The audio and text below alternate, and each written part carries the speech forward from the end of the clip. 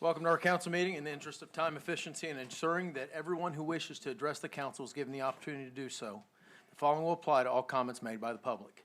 If you desire to be recognized by the chair, please fill out a request form, present it to the city clerk, present in the council chambers. Each speaker shall be allotted 3 minutes to address the council unless such time is extended by the mayor or by question from council. Group shall designate a spokesperson to avoid repetition of comments. Every effort will be made to avoid interrupting speakers. Thank you for participating in your city government. I'll now call this meeting to order. And can we all please stand for the Pledge of Allegiance and invocation by Pastor David Nye from the Christ Our Savior Fellowship Church. Yes, sir. Let us pray. The scripture tells us in Proverbs chapter 14, verse 34, that righteousness exalts a nation, but sin is a reproach to any people. Consequently, righteousness can also exalt a city, but sin and reproach will bring reproach. Sin will bring reproach. Father God, we pray for these council members that they make decisions that are righteous and therefore pleasing to you, our Almighty Father. Give them the wisdom, direction, and guidance, not only during this meeting, but also as they oversee the affairs of this city. We ask your blessing upon all of our citizens of this city, our state, and our nation. And we ask all of this in the name of our Lord and Savior, Jesus Christ. In his name we pray. Amen. Amen. I pledge allegiance to the flag of the United States of America and to the republic for which it stands, one nation, under God, indivisible, with liberty and justice for all. Please be seated. Will the clerk please call the roll? Mayor Robertson, Here. Deputy Mayor Gilbert, Here. Councilmember Paul, Here. Councilmember Urban, Here. Councilmember Fletcher. Here. All right, and City Manager, do we have any agenda updates? We have none this evening, thank you. All right, thank you. And first up, we have a proclamation recognition of March for Meals Month.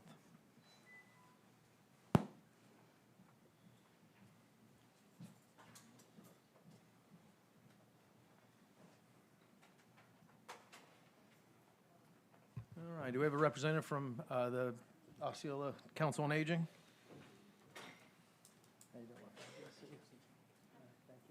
Before we get going, why don't y'all go ahead and introduce yourselves and tell them all the great things that the Council on Aging does, aside from just the March for Meals and the Meals on Wheels. Good evening, everyone. Good evening, council members. Thank you for having us here.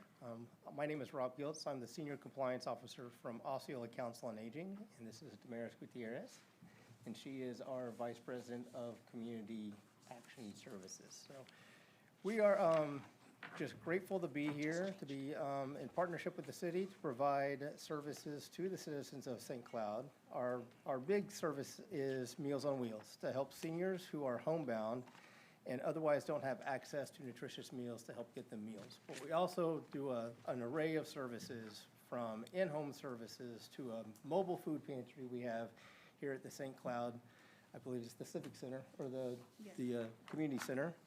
We also provide community action services with utility assistance like LIHEAP. We work with water with Toho. Anything else you want to add? No, we also offer the day care for seniors that is in our BEF Center in Kissimmee. So if anybody needs their senior to be taken care of during the day, we can take care for them. Yeah, y'all are an amazing organization. I was actually on the Housing Board for about 4 years, back around 2008, 9, 10, 11, and such a great group there. And so I'd love to present this as a proclamation. Whereas the city of St. Cloud makes every effort to recognize programs that make significant contributions to the quality of life for residents of the city of St. Cloud and Osceola County. And whereas the Osceola Council on Aging and its senior nutrition program serve those who are ill, frail, elderly, nutritionally at risk, or disabled. And whereas by providing meals and other nutrition services, senior nutrition programs enable individuals to live independently in their homes and avoid premature institutionalization. And whereas in 2025, the Council on Aging touched the lives of 233,000 residents in the city of St. Cloud and Osceola. And whereas Meals on Wheels provides important daily social contact for homebound individuals. And whereas senior dining clubs provide not only nutrition noon meal, but socialization. And whereas one of the goals of senior nutrition programs is to ensure that no senior goes to bed hungry. And whereas senior nutrition programs are community-based and rely on the support of the community's resources, both human and financial, in order to achieve their goals. And whereas the Council on Aging's March for Meals program has operated in Osceola County for 55 years, providing services to the frail and vulnerable residents of our community. And in 2025, the Osceola Council on Aging Senior Nutrition Program provided 166,356 meals annually for 515 clients, and also provided 2.3 million pounds of food to those in need. And whereas senior nutrition programs across Florida and throughout the United States are participating in the March for Meals campaign in order to increase public awareness of the work and needs of senior nutrition programs, and to raise funds and recruit volunteers to assist in the delivery of meals and other nutrition programs. Now therefore, I, Christian B. Robertson, Mayor, along with the City Council of the City of St. Cloud, Florida, do hereby proclaim March 2026 as March for Meals and Senior Nutrition Month.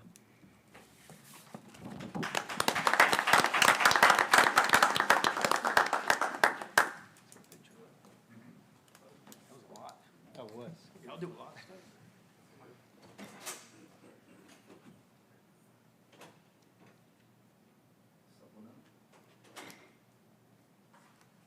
Is the right side up? Thank you. Thank y'all very much for Thank you. everything y'all do. Thank you very Appreciate much. it. Thank you. Yeah, I truly loved my time, and I actually serve on the board there representing the city council here. When I was on the housing board, I put together field trips for the seniors. I enjoyed every minute of it. And I think next week, we're all gonna be coming over there for The Champions Day. Champions Day. That's right. We look forward to There seeing y'all you. go. Thank you. y'all Thank you very again much. for your support. You're welcome. Thank you all And very much. as tradition goes, we brought cookies for the council. We love cookies. Thank you. Thank you. Let's give them a round. All right. And next up, we have Employee of the Month. And so the Employee of the Month for the month of March by David Bridle.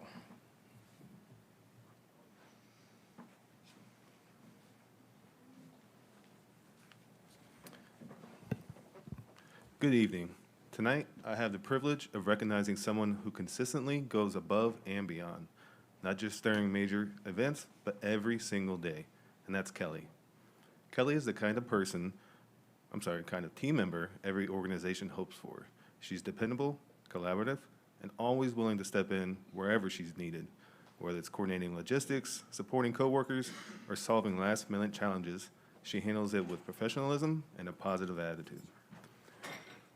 Most recently, I nominated Kelly for her leadership in planning the 17th Street Ball Field ribbon cutting ceremony. What could have been a standard ribbon cutting became something much more meaningful because of her initiative and creativity. She coordinated guest speakers, worked closely with St. Cloud Little League and the Challenger program, and ensured the event was seamless from start to finish. But she didn't stop there. Kelly was a driving force behind organizing the City Council versus Challenger baseball game. And while I felt great during the game and had an incredible time, I have to admit, the number of days I was sore afterward was a strong reminder of my age. Sorry, that was a bad dad joke. That game and experience was incredibly meaningful.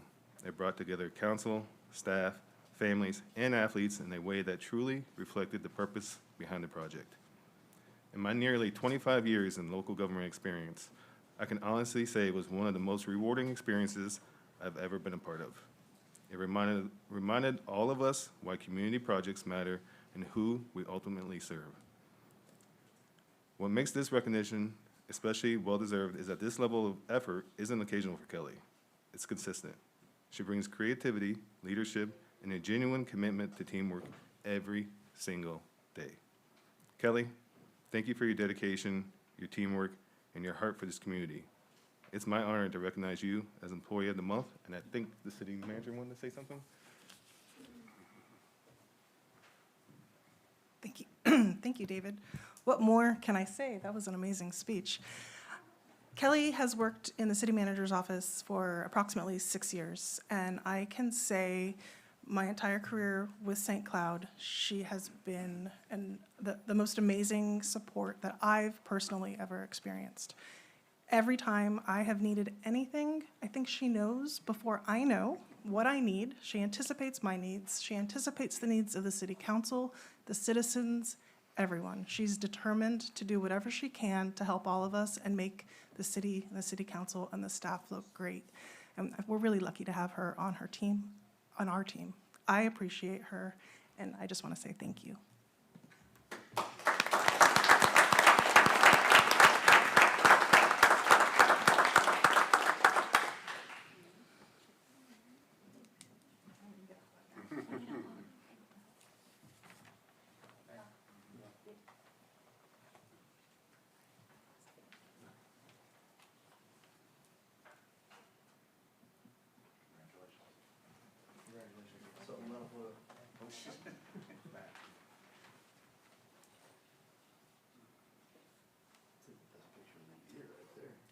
I must not be in it. Thank you, Kelly. Yeah, Kelly does an amazing job.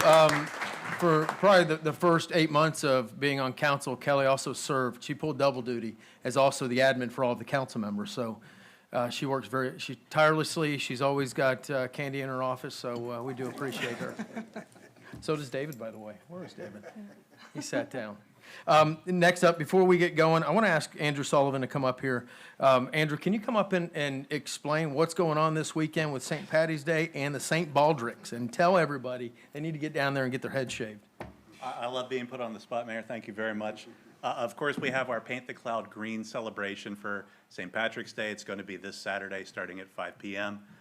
One of the events that is very special to me, and a little bit of the reason behind this nonsense that's growing on my head, is a fundraiser for kids' cancer called St. Baldrick's. And the premise is a little serious, but hopefully done in a fun way.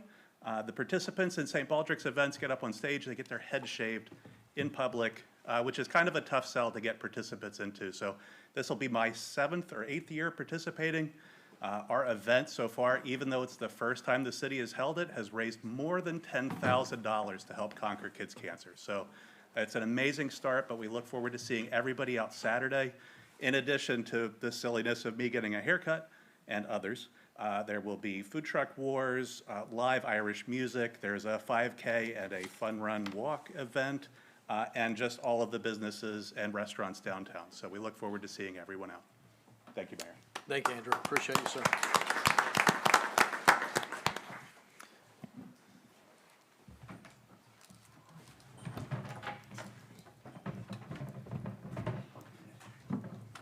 Thank you, Jay. I know you signed up this weekend as well. I'll be there. All right, next up, we have the consent agenda. The next portion of tonight's meeting is the consent agenda, which contains items that have been determined to be routine and non-controversial. If anyone in the audience wishes to address a particular item on the consent agenda, now is the opportunity for you to do so. Additionally, if staff or members of the city council wishes to speak on a consent item, they have the same opportunity.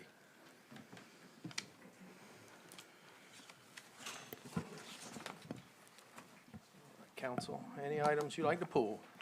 Deputy Mayor Gilbert. Yeah, if I could pull number 4 and also number 8, if I could, with the pleasure of the council, please.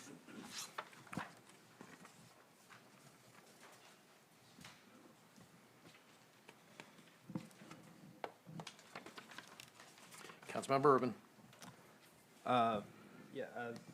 Deputy Mayor already pulled 4. I'd just like to do 4 as a separate vote, please. Okay.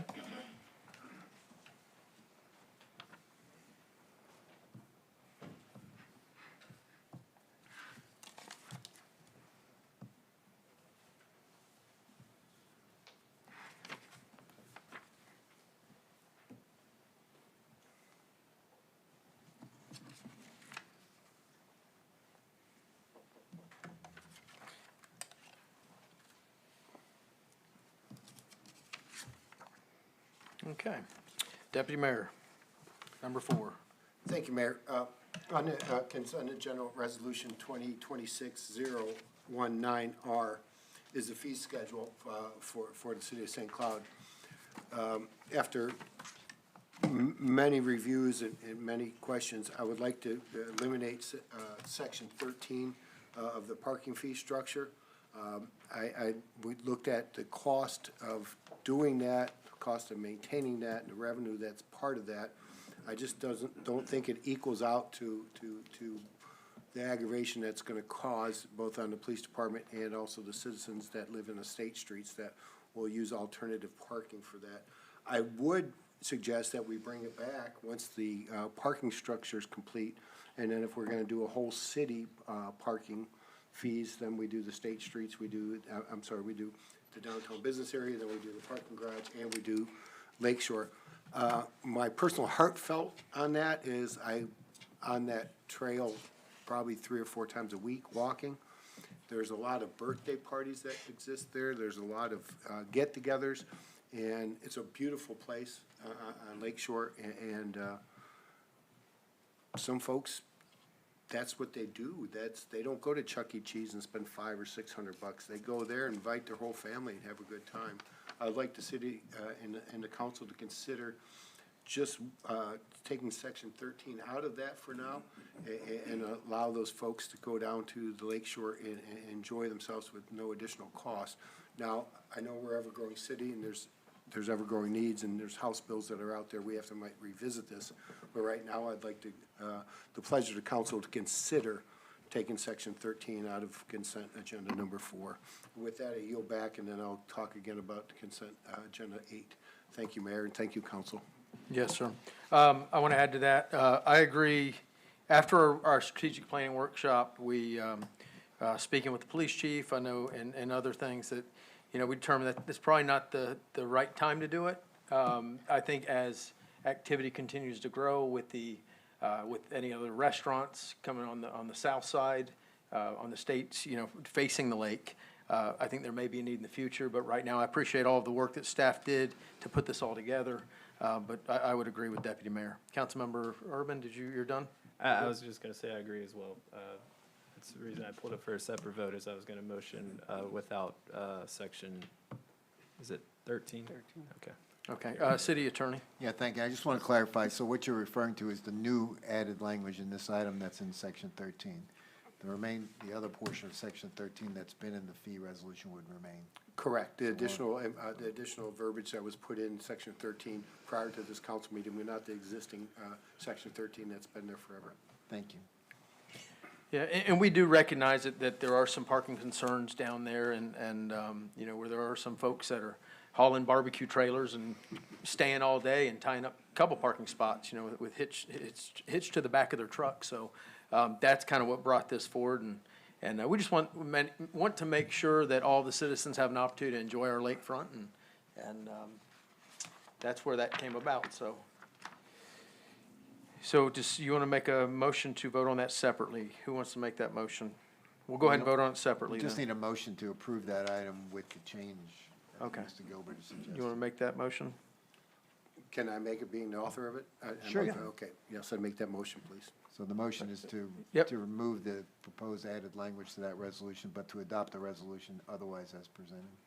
Correct. Section 13. Second. Section, Yep. to remove that portion of All section. right, we have a motion from Deputy Mayor Gilbert to adopt the item 4 minus the parking fee section, and we have a second from Councilmember Urban. Will the clerk please call the roll? Councilmember Fletcher. Aye. Councilmember Paul. Aye. Councilmember Urban. Aye. Deputy Mayor Gilbert. Aye. Mayor Robertson. Aye. Motion carries 5-0. Item 8, Deputy Mayor. Well, before we go on, I'd just like to thank council for that. I want to thank the city also for doing the studies, and I agree this, something may be visited later on as we continue to grow. So thank you very much, council, for understanding where my viewpoint is with that. My next item is a proclamation for National Day of Prayer. I'm at fault. I don't think that, You have to wait till your time to be able to do that. I thought it was part of the. This is the Fair Housing Month one. Yes. So I can. Yeah, it'll be at the end of That's the not meeting. I can wait till. Yes, sir. With that, with the advice of council, I'd like to give it back to you, Mayor, and thank you, and I apologize, I started talking too quick. Just a question, National Day of Prayer, that's this month? No, it's May 7th, it's Okay, National Day of Prayer. okay, so we talk about it at the end. We'll talk about it. Thank Yeah, you, Mayor. so are you good on 8 for Fair Housing Month? I'm good, yep, I'm real good on that. All right, Yes, we'll sir. leave that in with the bulk of the rest of them, and can we get a motion to, on items 1 through 9 minus 4? Motion to approve the remainder of the consent agenda. Motion from Councilmember Urban. Second. Second, Councilmember Paul. Will the clerk please call the roll? Councilmember Paul? Aye. Councilmember Urban? Aye. Deputy Mayor Gilbert? Aye. Councilmember Fletcher? Aye. Mayor Robertson? Aye. Motion carries 5-0.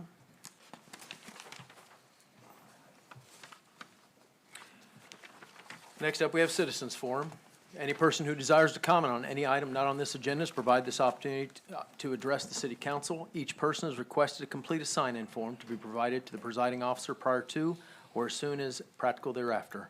The person addresses the council. Can we get our cookies?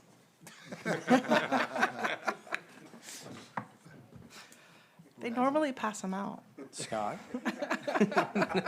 Scott wants to come on. Scott's getting used to sitting over there out of the way. Yeah, this is the first there. He's now gonna be known as the Cookie Man. Thank you. Thank you, Council on Aging. And we look forward to seeing y'all out there this week. First up, we have Jacqueline Odom. Can I please have your address and name for the record? Jacqueline Odom, 617 Bibbin Street, St. Cloud, Florida. Yes, ma'am. I'm back for the same reason I was here last time. I wasn't able to get my letter that I received about the improvement. I have no objection to the improvement. I've learned over the years that when something is being built close to your community, it is very important that you make sure, mentioning safe drainage. We've had flooding issues many times when there was improvements placed around our neighborhood. So I didn't get to finish what I need to say. I never got this on the screen. But the new, I know that the project was already approved before I got here, the new mechanic going between the end of our street over to Orange Avenue. The only thing that I wanted to request is that there is safe drainage between River and Bivens and Mency when he does his improvement. That's all I needed to say. Yes, ma'am. I think you brought those comments up. Yeah, but I didn't get to finish it the last time. You said protecting my neighbor. I'm protecting my property. Oh, yeah, the whole area, I have personally been flooded Yes, by ma'am. improvements around me. Yes, So ma'am. that's why you guys can't get rid of me, because I'm gonna, every time I get Oh, one we of don't want to these- get rid of you. I Okay, want you to come here every I'll be meeting. here every time I get rid of these, because I've learned a very expensive lesson. I had to repair my property. I remember that. Yes, ma'am. Thanks for hearing me. Absolutely. Thank you, Ms. Odom.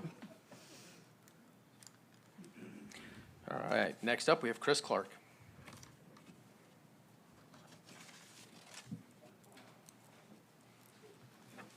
I'm Chris Clark. My address is 3229 Countryside View Drive, and I'm here to support the Rotary Club of St. Cloud. I'm secretary and the spring fling chair for the last 5 years.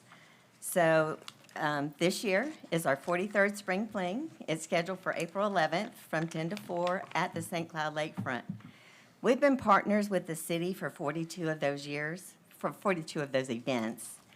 And it is our community fundraiser that allows us to give back to the community. For example, like Wreaths Across America, downtown murals.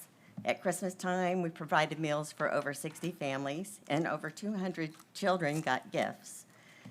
And this last year, we were able to do flags with placards and crosses for Veterans Day and Memorial Day to honor our military personnel who have connections to St. Cloud. We also provide scholarships to local St. Cloud students yearly for about $20,000. So this year, the Spring Fling is going to have a bass tournament, which they've had for more than 40 years, and the Osceola Anglers help organize that for us. We have Touch a Truck, which allows the community first responders to be there for their community outreach. a truck and car show, a kids zone that the Interact St. Cloud and the Community Interact help support, 10 food trucks, and almost 200 crafters. So we have these local high school students who help organize with the event, the Interact, the Osceola Anglers, Harmony and St. Cloud Wrestlers, and Toho Chorus. So Rotary gives back to them as well. So the Rotary Club would like to continue to partner with the City of St. Cloud to keep this event going and would appreciate any support and publicity that you can provide for us. Thank you for allowing us to share. Yes, ma'am. Thank you very much. So I met with Mrs. Clark regarding this event, Spring Fling. Obviously, it's been going on in the city of St. Cloud for, Chris, can you please come up here for a second? I may have a question here. Yes, sir. How many years has Spring Fling been going on and being hosted by Rotary? This would be our 45th year. 45th year. This is our 43rd event. There were 2 years that we weren't able to do it, and that was one COVID, and the other time when the boat basin was remodeled. Okay. Yeah, in years past, I know we've been a partner with either giving grants or, I know last year, the Citizens Foundation, we were able to cover some of the costs of the police and barricades. Yes. And so I met with Mrs. Clark, and of course, I've spoken with some other Rotary members. And I would love for us to be a partner on that event in some capacity. I was hoping we'd kind of get this relationship going throughout this past year. But I asked her to send me the information on the boat trailer parking at Chisholm Park. So that's, the Osceola Anglers helps put that together, is that Yes. correct? Yes, they do. They help Okay. organize it for us. Okay, yes. and tell me what that, can you explain the bass tournament that goes on? Sure. We start about 4 o'clock in the morning. We have anywhere from 40 to 60 boats. They launch at daylight, and they weigh in at the boat basin at 3 o'clock. And we give them awards for big bass and however many fish they catch. Okay, And where do they do the we've done that weigh-in? for almost 40 years. They They do do the- the weigh-in at the lakefront boat basin. Okay, but they're just parking over there, but all the weigh-in goes on at the lakefront? Yes, they park at 4 o'clock in the morning, but then they don't get out until almost 4 o'clock in the afternoon because the weigh-in's at 2:30 or 3. Yes, ma'am, thank So you. the boats are there all day. All right, and I asked, I'd asked you to send me that information, and you got it back from Parks and Rec. It'd be $282 to $360, right? Correct. All right, and I'm just gonna ask if the council, I know we said we're not keen on waiving fees these days, obviously. We need to kind of at least cover staff costs. But these are parking, obviously, the Osceola Anglers, a teen organization that helps put this on. But I would love if we can, instead of a cash sponsor, obviously, in lieu of charging these folks the $282 to $360, if we can get some sponsorship banners and we can push it out there with our social media. It's not a bad thing to say the city of St. Cloud supports activities like this. What are y'all thoughts on that? Well, my thoughts on anything is when we talk about organizations and teenagers, I think is very important for the growth of any teenager in any organization. This is not a actual cost to us to waive a fee for parking for 12 hours. This is kind of a support system, which not, and again, I voted to start waiving fees because we're looking out for the citizens, but we're looking at the youths, and there are some folks that are gonna benefit from this area. And do we want to take care of them now, or do we want to take care of them later? So I like supporting youth events and events that help the city and sponsor with that. That's just my thought, but I don't know what the other pleasure to council is, Mayor. Yes, sir. Councilmember Paul. I have no problem with that. The fact that they are an organization based out of St. Cloud, I see no problem with supporting our own first, so no problem here. Thank you. Yeah, and that Anglers program, Osceola Anglers, it's Yes. been amazing. I've seen kids grow up through there, and I mean, like Trip Berlinski, he's out there on that college tour, the Bassmaster College Tour. So He's I think already it's so signed up, cool. for Yeah, sure. I see. Oh, is he going to be in this one? Yes, yes. That's so cool. He's Yes. amazing. All right. So can we go ahead and get the blessing from? I mean, you got 3 right there. That's all we need. So just to clarify, this is for the boat basin parking fees only? No. At the Chisholm Park. Chisholm Park. At Chisholm Yes. Park? Chisholm Okay, Park, thank you. I think it's The 4A trailer 4A parking to for the 4P, boats. 4A to 4P, somewhere around there. 4 a.m. to 4 p.m. Yes, yes, the whole day. We all look forward to joining y'all out there. Thank so- you. We look forward to you all being there. Thank you so much. Yes, ma'am. Thank you, Chris. Anyone else in the audience like to address the council?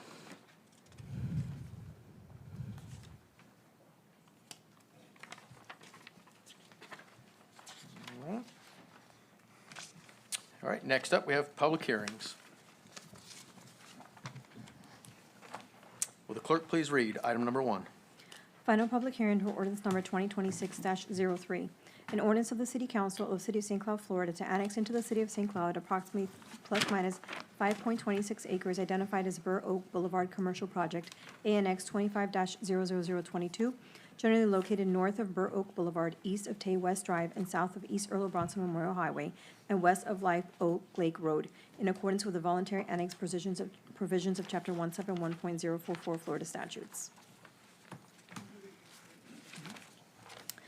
Final public hearing for ordinance number 2026-04, an ordinance of the City Council of the City of St. Cloud, Florida, assigning a future land use designation approximately plus minus 5.26 acres identified as Burr Oak Boulevard, project CPA 25-00013, generally located north of Burr Oak Boulevard, east of Tay West Drive, south of East Earl Bronson Memorial Highway, and west of Live Oak Lake Road, from COM Commercial County to COM Commercial City, providing for amending of the official future land use map of the comprehensive plan, following the Planning Commission's recommendations, proof of publication, applicability effect, severability copies on file, and effective date.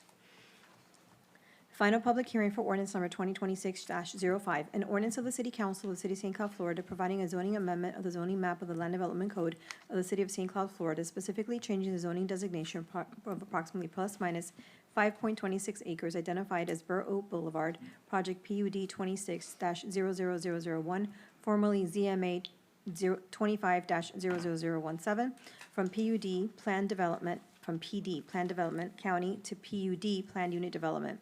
Primary Master Plan, PUD PMP City Zoning Designation with a Commercial Future Land Use Designation adopted by ordinance number 2026-04, generally located north of Burr Oak Boulevard, east of Tay West Drive, south of East Earl Bronson Memorial Highway, west of Live Oak Lake Road, providing for entering of the designation official zoning map, following the Planning Commission's recommendations, proof of publication, severability, and effective date. Good evening, Council. This is Tisha Manning, Interim Director for Community Development. Before you is an annexation, future land use map amendment, and a PUD for Burr Oak Boulevard commercial property. For background purposes, it is contiguous and reasonably compact to city limits. It is adjacent on the western property boundary and is located within the joint planning area.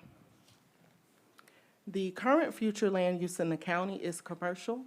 The pending and proposed future land use for the city is also commercial. The existing zoning in the county is PD, and the proposed zoning in the city is PUD. The development is compatible with the surrounding area and does not pose any adverse impacts on city facilities. The PUD, this PD 15 was adopted in the county in 2015. We did an encumbrance annexation of the residential portion of this PUD in 2024.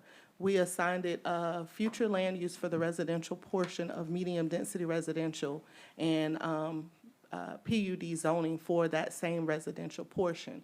So on the slide is just a snippet of the PD from the county in which we're now adopting or attempting to adopt the proposed commercial at the top. So we're going to still bring forth the same PD from the county with some edits to the entitlements that they received in the county for that commercial section of the PD. So in the commercial section of the PD, and when it was adopted in the county, they had certain entitlements for houses of worship, personal mini storage, private elementary schools, kindergartens, daycares, and billboards. So we have struck that from the PD now as we bring it forth for the city. You do have some documents that were provided to you as we updated that later this afternoon. We did speak with the applicant, and they are in agreement to these uses being struck from that commercial portion of the PD. We also did some cleanup language in that commercial section of the PD for some uses that were already there for production facilities, for communications, newspaper, magazines, and those types of things, as well as showroom and display areas that were already conditional approvals in the county, so they'll now be conditional approvals in the city as well. But we did add a conditional approval for one of the other uses, which is the automotive service stations, car washes, oil change, and lubrication facilities and minor repairs. That was at the request of the applicant to not strike it from the ordinance, but to make it a conditional approval. So that way, if those type of uses came forward, it would need to come back before council for approval. This is just a graphical depiction of the future land use that's proposed to come into the city. A graphical depiction of the zoning proposed to come into the city. And you'll see, as I stated earlier, that the property just to the south of that is also part of this PD that was adopted in the county that we adopted with the encumbrance annexation in 2024. So at this time, staff is recommending approval of the annexation, the future land use, and the PD ordinance. It did go to Planning Commission on February 17th with an approval by Planning Commission, and likewise, we ask approval of City Council for ordinance 2026-03 for the annexation, 2026-04 for the future land use amendment, and 2026-05 for the PUD zoning. The applicant as well as staff is available for any questions. All right, thank you, Tisha. Would anyone in the audience, I'm sorry, would the applicant like to address this item? Good evening, Council, Mayor. John Adams, RJWA Inc., 8 Broadway, Kissimmee, Florida, 34741. We're in agreement with staff's report, and we appreciate working with staff to get these uses straightened out and updated. I'd be happy to answer any questions you all may have.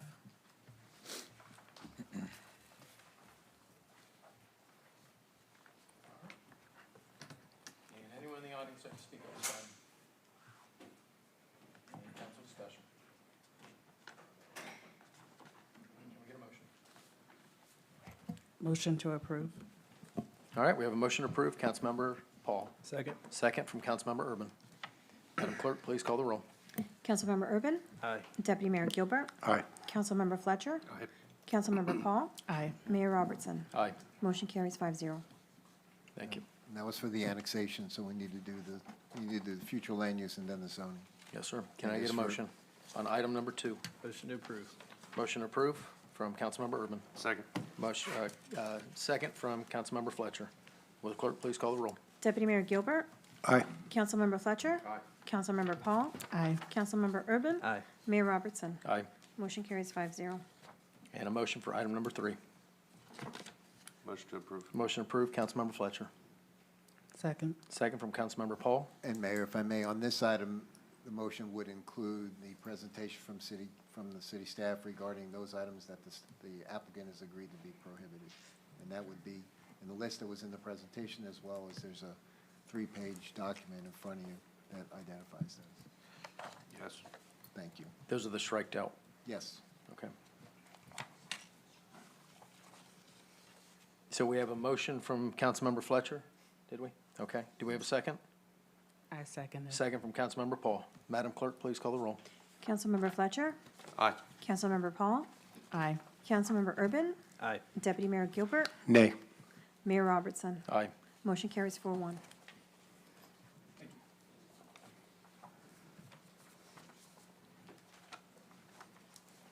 All right, next up, we have council action.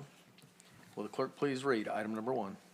Resolution number 2026-028R, a resolution of the City Council of the City of St. Cloud, Florida, authorizing the mayor to execute a voluntary billboard relocation agreement as authorized by Section 7.20 Florida statutes with Outfront Media LLC for the replacement and relocation of its billboard on 13th Street, and authorizing the mayor to execute the franchise agreement and providing an effective date.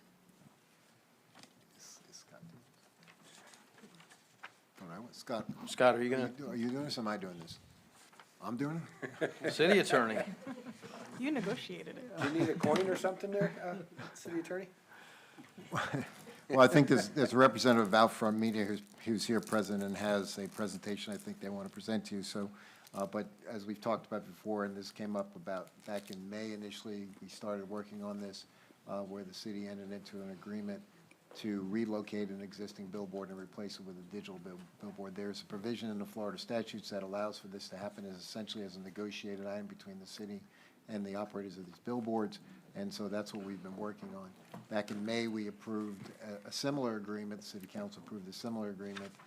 We've done some rework of that agreement. It's pretty much basically the same premise, and we can talk some more about it as we go through it, but the the provision would be that an existing billboard would be removed and a digital billboard would come up in its stead, and then the city would be allowed certain allotments of advertising allotments on the billboard that's set forth in the agreement.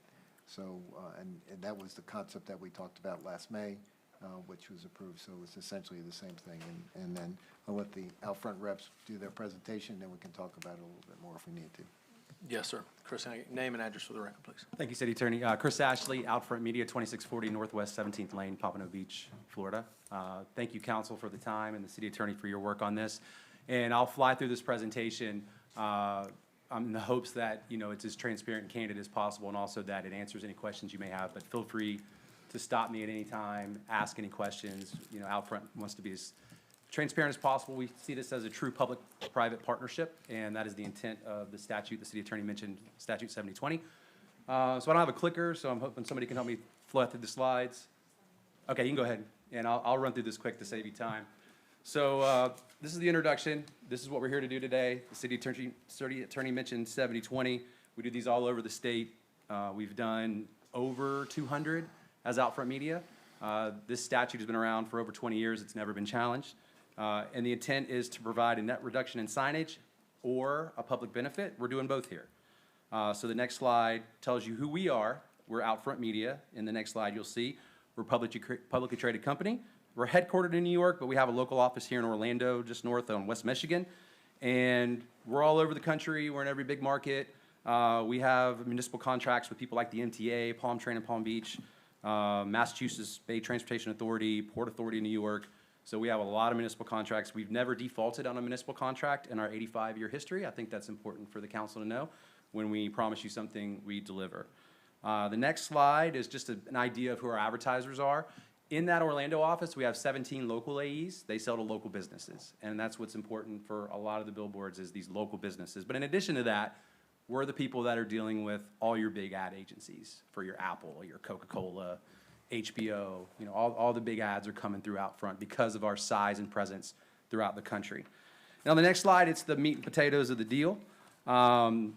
This is what the sign would look like. This is the mattress firm at 1201 Earl Bronson, across from the Wawa, which I just stopped at on the way here. And this would be your view going eastbound. And this is just a general idea of what the sign would look like. It's a rendering.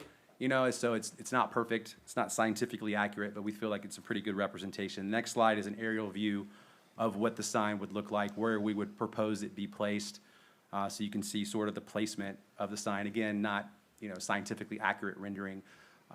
The face of the screen is 14 feet tall by 48 feet wide, if that gives you some reference.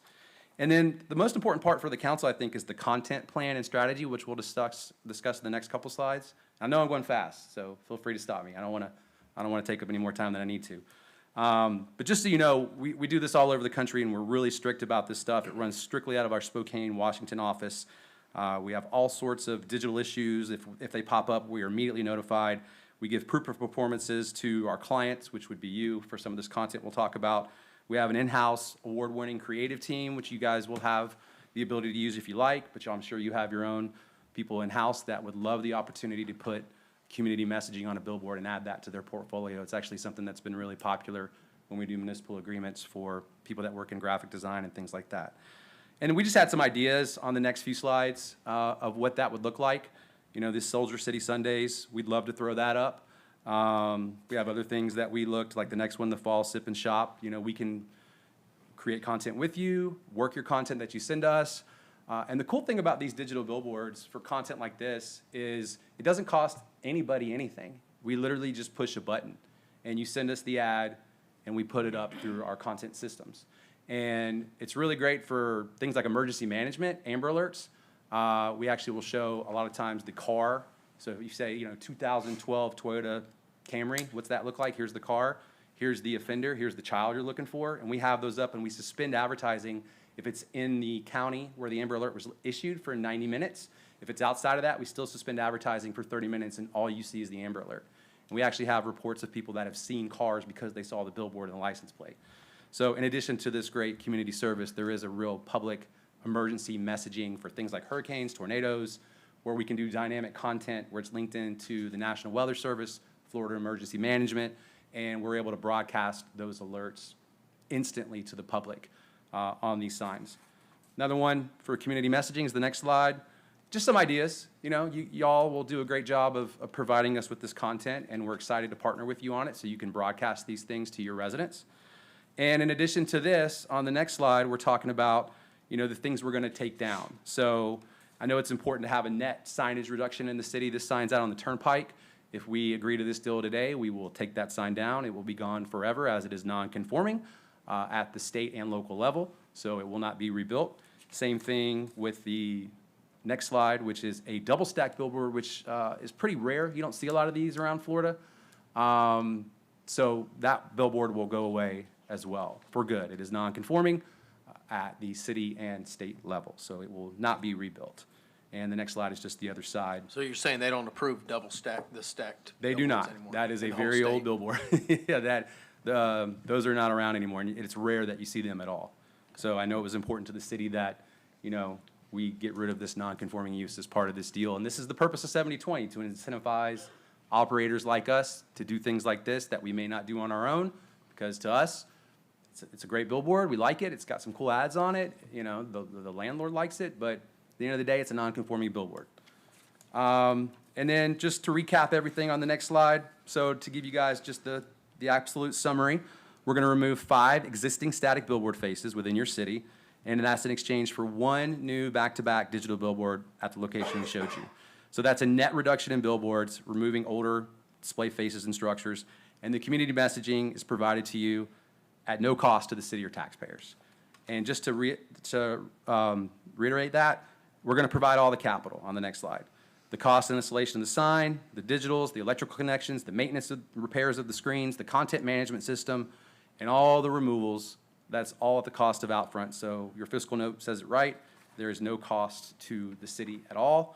And under the statute, you're allowed to do this. Like I said, we've done this hundreds of times throughout the state.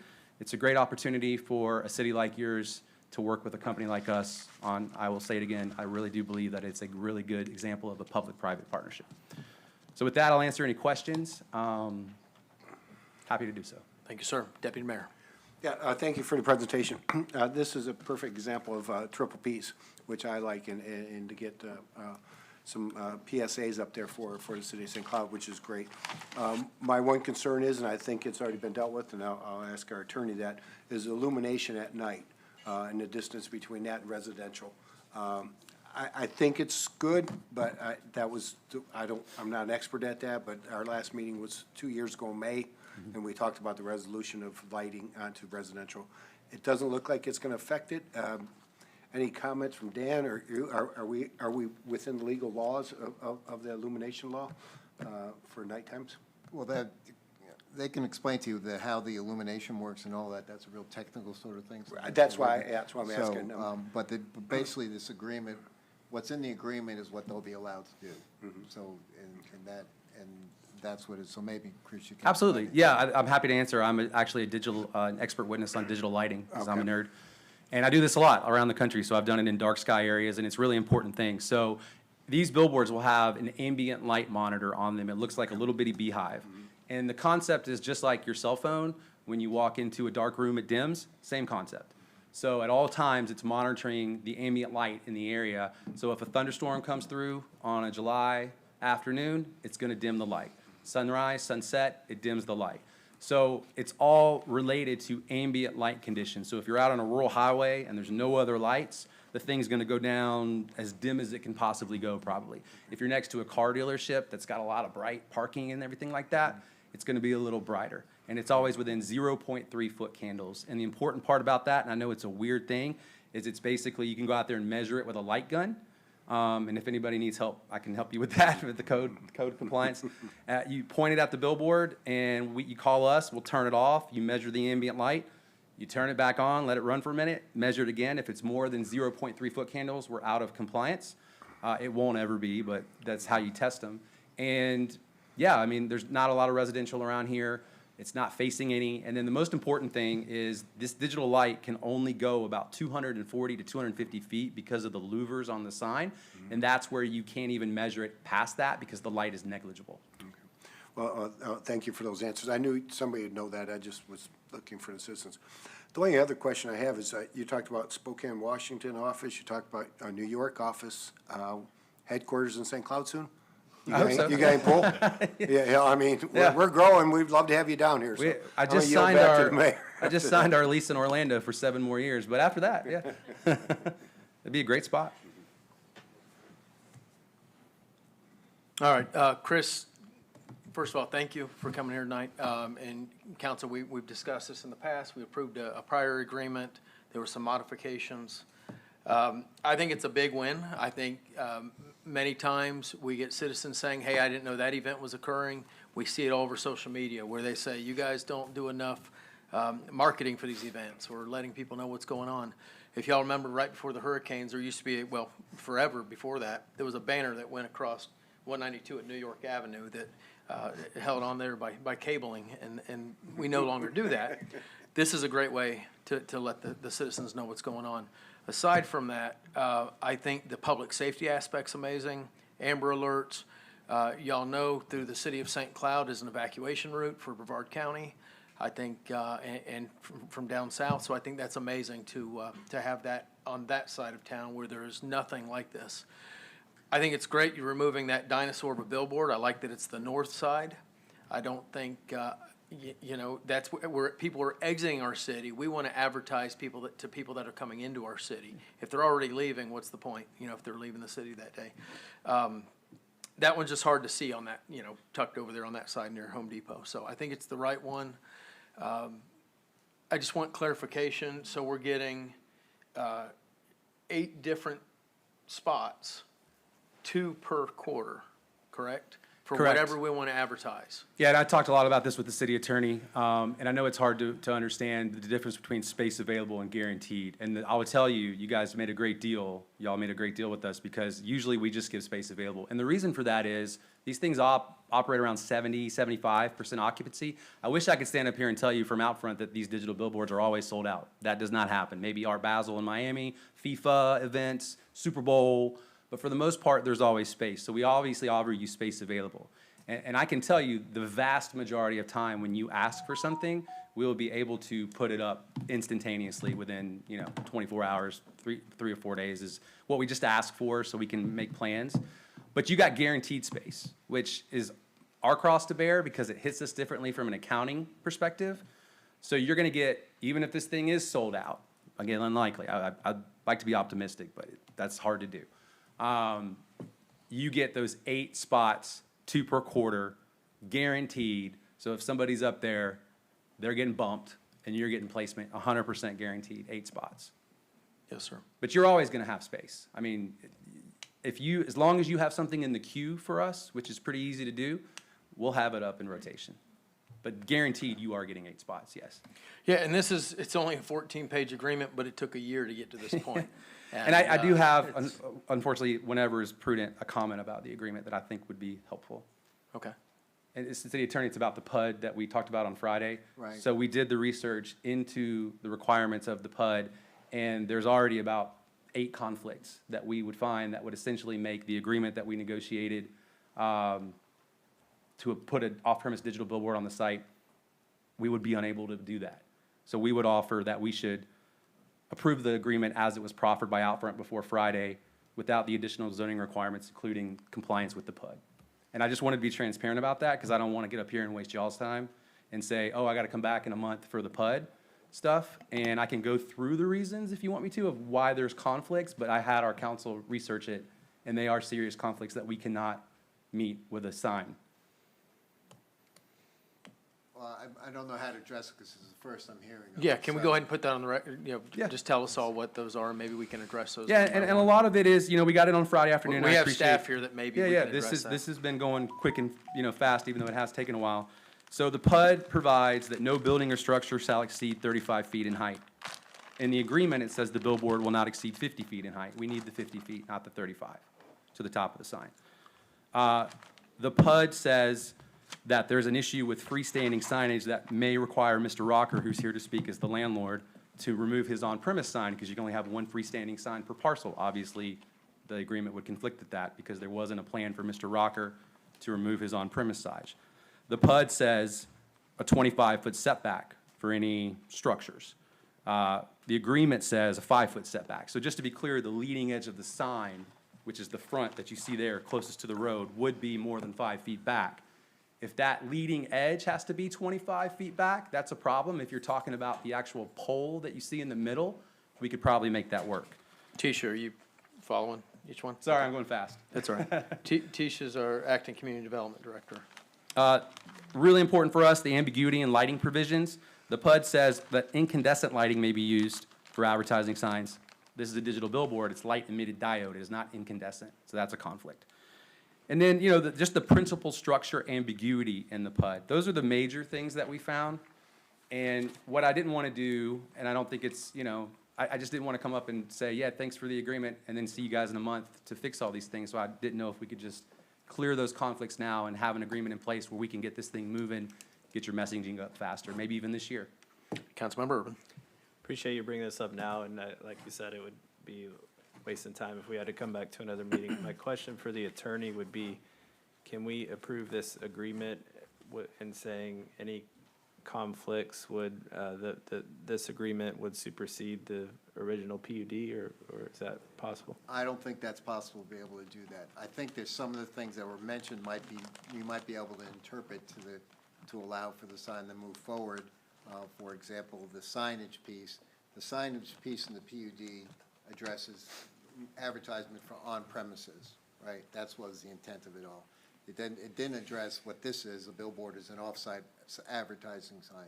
In other words, it's advertising businesses that are not on site.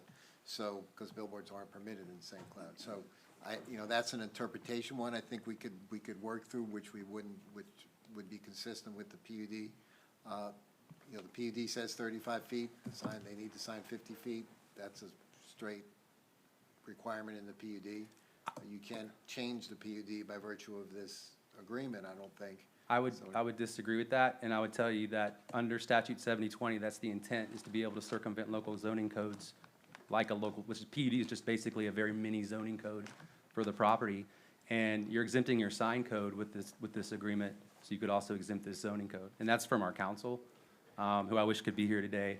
Well, but is unable. and I understand that, and believe me, I want to work through it, but we did bring this up on Friday. The intent was, if there was an issue, we can enter into the agreement, and then if we had to move forward and there was a problem, I get it. But right now, I can't make that call about whether you could change the PUD by virtue of this agreement. Well, would you agree that we're indemnifying you in the agreement in section 10, that if anybody ever challenges this, Outfront will cover the legal costs? Well, I mean, I would agree to that, but of course, the issue we have is we have a PUD, which is a zoning requirement that was put in after a public hearing that dealt with and established the zoning for it.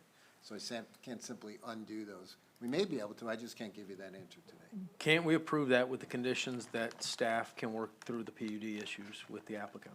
Well, that's And if pretty they much work them through, then that's they're pretty off much to how I it. propose. I kind of looked at it like you enter into a purchase and sale agreement where you have a due diligence period, you enter into the agreement.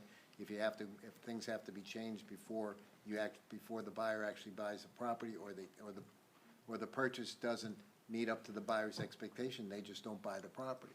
So that's kind of how I looked at it. You get the agreement in place.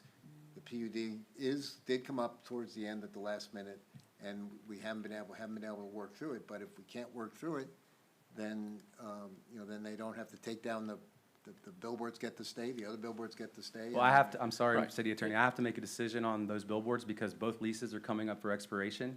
And if this deal does not happen, I will renew them and keep them up in perpetuity. So that's my issue. That's why I'm bringing Chris, it so up. Yeah. basically, let me just kind of lay it out, what we can do. All we can do, we can vote to say, yes, we agree to move forward on this. with the condition that those PUD issues are worked out between you and staff. And then it leaves our hands, and it's in the hands of staff. And if they can work out those issues, if they can't, they'll let us know, and then we're back to square, you're staying where you are. And Right, you can't, I mean, you're getting our approval, and then but if you can't work it out with staff within, I think appreciate that. you can Thank do that in a timely manner. Yes, ma'am. Yeah, city manager, yeah. I can make minor administrative changes to a PUD. The code gives me that authority. So, so I think as long as it's something that's considered minor, I think a lot of this is minor. I would agree. But I would follow the city attorney's advice. well, and I'm not saying you can't do it, I'm saying I just can't tell you tonight whether it can be. Okay. I mean, on its face, we vote on what it's gonna look like and, the impact on the community. And that's why I support this, seeing what it is, whether or not it complies with whatever zoning code, all that. I mean, that I think can be worked out with staff. So, anyone want to make a motion on this? Or first, I want to ask if anyone in the audience would like to speak on this.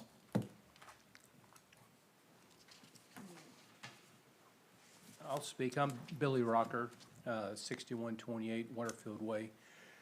So what Chris is offering to do, he's the one that's spending the money. So he has to get it the way he wants it, or he can't do it, and he shouldn't do it. But I used you, so we're in partnership on a board out by Disney. I built the board, was trying to manage it. I did a terrible job. He takes over, and all of a sudden, it's really good. So that's kind of where the relationship is. But when he's talking about this 70-20, it eliminates zoning, right? That's what your attorney says. Absolutely. City attorney, you want to comment on that? No, I just have one Okay. more comment before you make a motion. Now, Okay, when yes, Mr. sir. Rocker's comment. Okay, sorry, Mr. So Ron. how do you want the motion to read? I defer to the city council and the city attorney. I mean, I think the most efficient way would be to strike the PUD. I don't see the conflict. I understand the city attorney's opinion. But again, we're circumventing the sign code through the same agreement. This is a mini zoning code. It's a commercial industrial use, which is really the only requirement of a billboard sign in the state of Florida. It's obviously a commercial use. The PUD is many restrictions. If you all want to, like you said, Mayor, and I totally appreciate the support and don't want to overstep. If you say staff will work it out, I'll trust in that. I would ask that we sort of expedite that due to the timelines I have with the other billboards, who are not going to be happy that I'm here presenting to take their signs down, if we're being honest. But those leases are coming to an end, so, we're not doing anything untoward.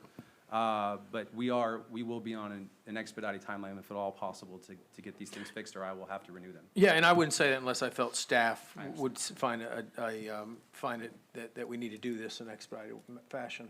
City attorney. I just wanted to point out the one thing, Mayor, that you proofread and caught me on. Yes, sir. You want to bring it up? Yes. So the mayor did part of my job by catching something that's in the agreement. So, and on page 7 of the agreement, there is a typo that's important, and it has to do with the notification related to each quarter when the city would provide notice to Outfront about what message they wanted to do it. And the language that's in the version in front of you says if the city fails to designate these days within this time frame, the allotments for that calendar year are waived, and it's supposed to be for each quarter. Correct. and Yeah, not that's for- fine. yeah, Absolutely. So I just wanted Good to job. point that out. He did catch it. I saw yes, that yes. today. It's only 14 pages. Well, thank you for your time. So Dan and city manager, is that something we can do? And, Yeah. hopefully work out these things within, Well, and, what do you think? The city manager is correct. There is authority within the code to basically interpret these things, as I was saying earlier. So we would just have to get there and look at the 7 or 8 issues and decide how the city manager feels comfortable, whether they fit into the definition of a minor or but are consistent with the intent of the existing PUD, and we can go in that direction. Yes, sir. Councilmember Fletcher. I agree with everything that's been said. I did have a question for the applicant regarding the PD issue. And has this PD issue came up in other jurisdictions in the state of Florida that you could provide an example for? Frankly, no. I did an agreement in Deerfield Beach that was on Southwest Florida, or South Florida Water Management, where there was some conflicting stuff there, and the city just circumvented it through 7020. That's the only example that I can think of. Okay, so that was the way that they did it. They just circumvented it Okay. through 7020. All right, Yes. thank you. Thank you. So are you saying it would have been a lot easier if the property owner did it through a straight zoning, develop that property?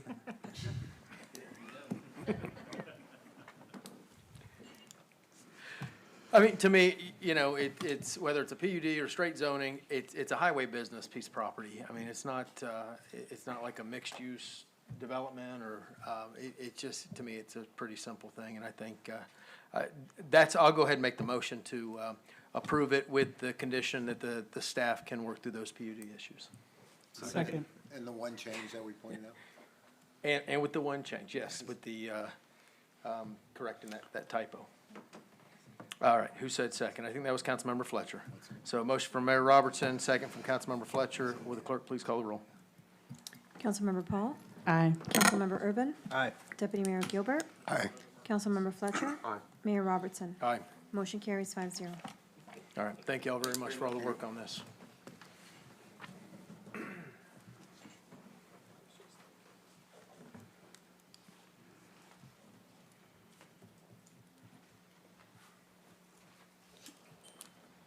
All right, and first readings and introduction. Next items on the agenda are ordinances before the council for first reading and introduction for the sole purpose of council authorizing the publication of the ordinance for a final hearing. The council will not take final action on the items tonight. Full presentations and public input on the ordinances will occur at the final hearing, at which the council will consider final action. Will the clerk please read item number 1? First reading introduction for ordinance number 2026-06, an ordinance of the City Council of the City of St. Cloud, Florida, to annex into the City of St. Cloud approximately plus minus 743.53 acres identified as Whaley's Plat, Project ANX 25-00020, generally located north of East Lake Tohopalega, East Osceola Road, south of Kissimmee Park Road, and west of Lake Tohopalega Road, in accordance with the voluntary annexation provisions of Chapter 171.044 Florida statutes. And can we get a motion? Motion to approve. Motion approved, Councilmember Urban. Second. Second, Councilmember Paul.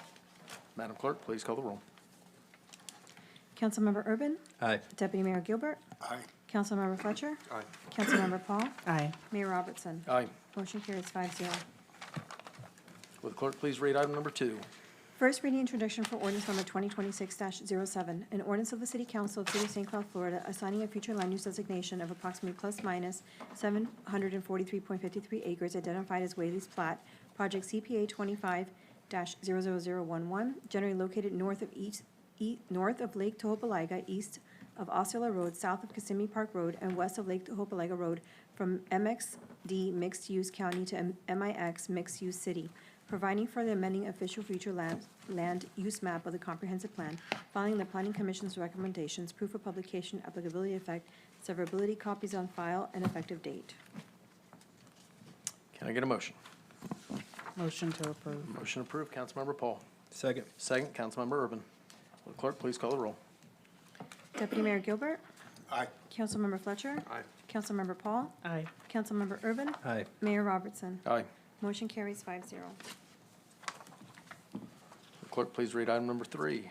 First reading and introduction for ordinance number 2026-08, an ordinance of the City Council of the City of St. Cloud, Florida, providing a zoning amendment of the zoning map of the Land Development Code of the City of St. Cloud, Florida, specifically changing the zoning designation approximately plus minus 743.53 acres identified as Whaley's Plat, Project ZMA 25-00014, from MXD Mixed Use County to MIX Mixed Use City, generally located north of Lake Tohopalega, east of Osceola Road, south of Kissimmee Park Road, and west of Lake Tohopalega Road, providing for entering the designation official zoning map, following the Planning Commission's recommendations, proof of publication, severability, and effective date. Can I get a motion? Motion to approve. Motion approved, Councilmember Paul. Second. Second, Councilmember Urban. Will the clerk please call the roll? Councilmember Fletcher? Aye. Councilmember Paul? Aye. Councilmember Urban? Aye. Deputy Mayor Gilbert? Aye. Mayor Robertson? Aye. Motion carries 5-0. Will the clerk please read item number 5?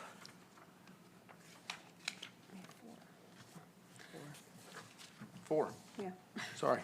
First reading introduction for ordinance number 2026-16, an ordinance of the City Council of the City of St. Cloud, Florida to annex into the City of St. Cloud approximately plus minus 44.33 acres identified as Chisholm Estates, Project ANX 25-00025, generally located north of Old Oak Trail, east of Lake Tohopaliga, south of Lillian Black Road, west of South Narcousie Road, in accordance with the voluntary annexation provisions of Chapter 171.044 Florida statutes. Can I get a motion? Motion to approve. Oh, sorry. Motion to approve. Motion approved, Councilmember Paul. Second. Second, Councilmember Urban. Will the clerk please call the roll? Councilmember Paul? Aye. Councilmember Urban? Aye. Deputy Mayor Gilbert? Aye. Councilmember Fletcher? Aye. Mayor Robertson? Aye. Motion carries 5-0.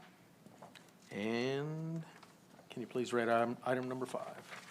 First reading and introduction for ordinance number 2026-10, an ordinance of the City Council of the City of St. Cloud, Florida to annex into the City of St. Cloud approximately plus minus 9.79 acres identified as Narcousie Starline Project, ANX 26-00001, generally located north of J Street, east of Twisted Branch Lane, south of Lillian Black Road, and west of South Narcousie Road, in accordance with the voluntary annexation provisions of Chapter 171.044 Florida statutes.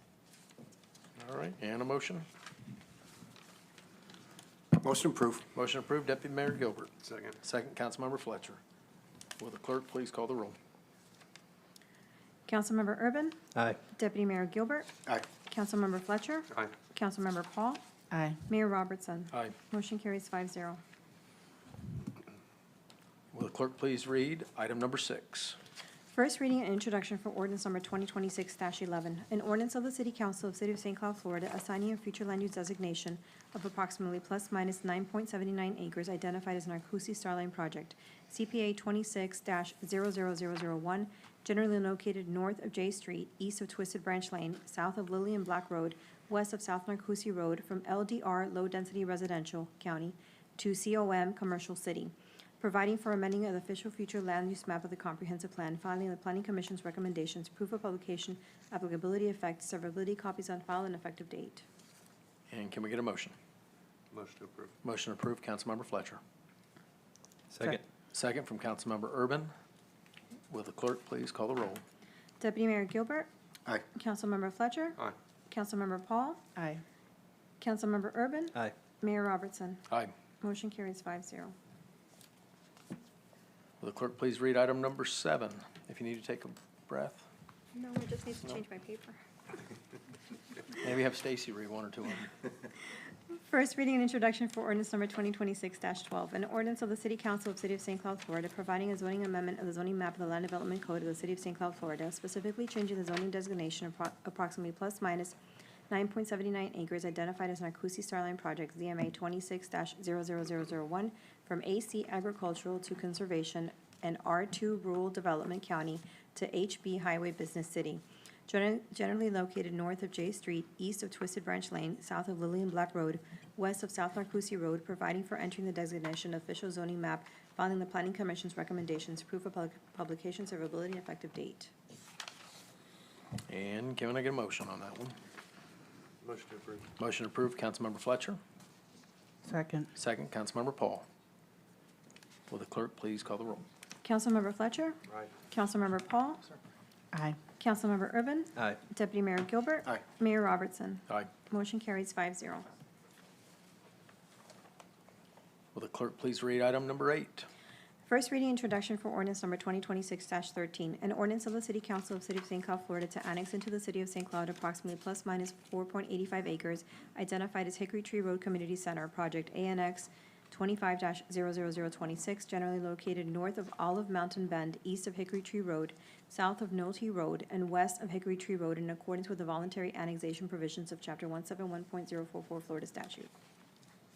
And can we get a motion on that? Motion to approve. Motion approved, Councilmember Paul. Second. Second, Councilmember Urban. Will the clerk please call the roll? Councilmember Paul? Aye. Councilmember Urban? Aye. Deputy Mayor Gilbert? Aye. Councilmember Fletcher? Aye. Mayor Robertson? Aye. Motion carries 5-0.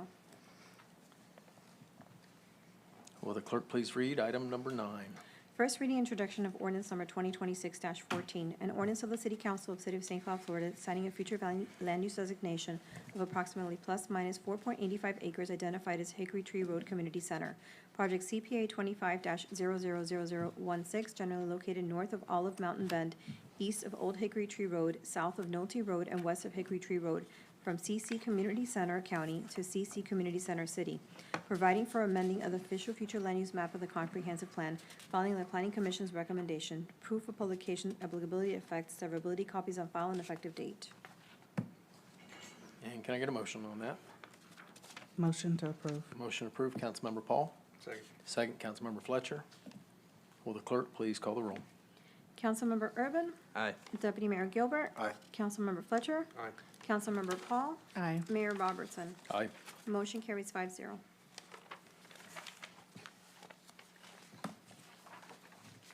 Will the clerk please read item number 10? First reading and introduction for ordinance number 2026-15, an ordinance of the City Council of the City of St. Cloud, Florida, providing a zoning amendment of the zoning map of the Land Development Code of the City of St. Cloud, Florida, specifically changing the zoning designation approximately plus minus 4.85 acres identified as Hickory Tree Road Community Center, project ZMA 25-00020 from CC Community Center Core to County to CCC Community Center Core City, generally located north of Olive Mountain Bend, east of Hickory Tree Road, south of Nolte Road, west of Hickory Tree Road, providing for entering the designation official zoning map with following the Planning Commission's recommendations, proof of publication, applicability, proof of publication, severability, and effective date. And can we get a motion on item 10? Motion to approve. Motion approved, Councilmember Paul. Second. Second, Councilmember Fletcher. Will the clerk please call the roll? Deputy Mayor Gilbert. Aye. Councilmember Fletcher. Aye. Councilmember Paul. Aye. Councilmember Urban. Aye. Mayor Robertson. Aye. Motion carries 5-0. I just looked over, Councilmember Paul got a new hairdo. Look at that, looks great. Thank you. It didn't happen just this meeting, it's before that, Chris. This weekend, she agreed to let Andrew take off just a little bit of it. All right, will the clerk please read item number 11? First reading and introduction for ordinance number 2026-17, an ordinance of the City Council of City of St. Cloud, Florida, amending Chapter 3, Article 4, Agricultural Zoning District, Article 5, Residential Zoning District, and Article 14, Use Regulations, Section 3.14.30, Accessory Dwelling Units, ADU, of the Land Development Code, providing for severability, conflicts, codification, publication, and effective date. And can I get a motion? Motion to approve. Motion approved, Councilmember Fletcher. Second. Second, Councilmember Urban. Will the clerk please call the roll? Councilmember Fletcher. Aye. Councilmember Paul. Aye. Councilmember Urban. Aye. Deputy Mayor Gilbert. Nay. Mayor Robertson. Aye. Motion carries 4-1.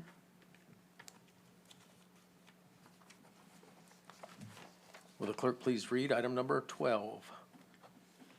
First reading and introduction for ordinance number 2026-18, an ordinance of the City Council of City of St. Cloud, Osceola County, Florida, amending Chapter 24 Environment, Article 9, Open Burning, Section 24-308, Emergency Prohibitions of Burning or Use of Fireworks or Related Actions to define dangerous environmental conditions, providing for conflict severability, administrative correction, codification, publication, and effective date.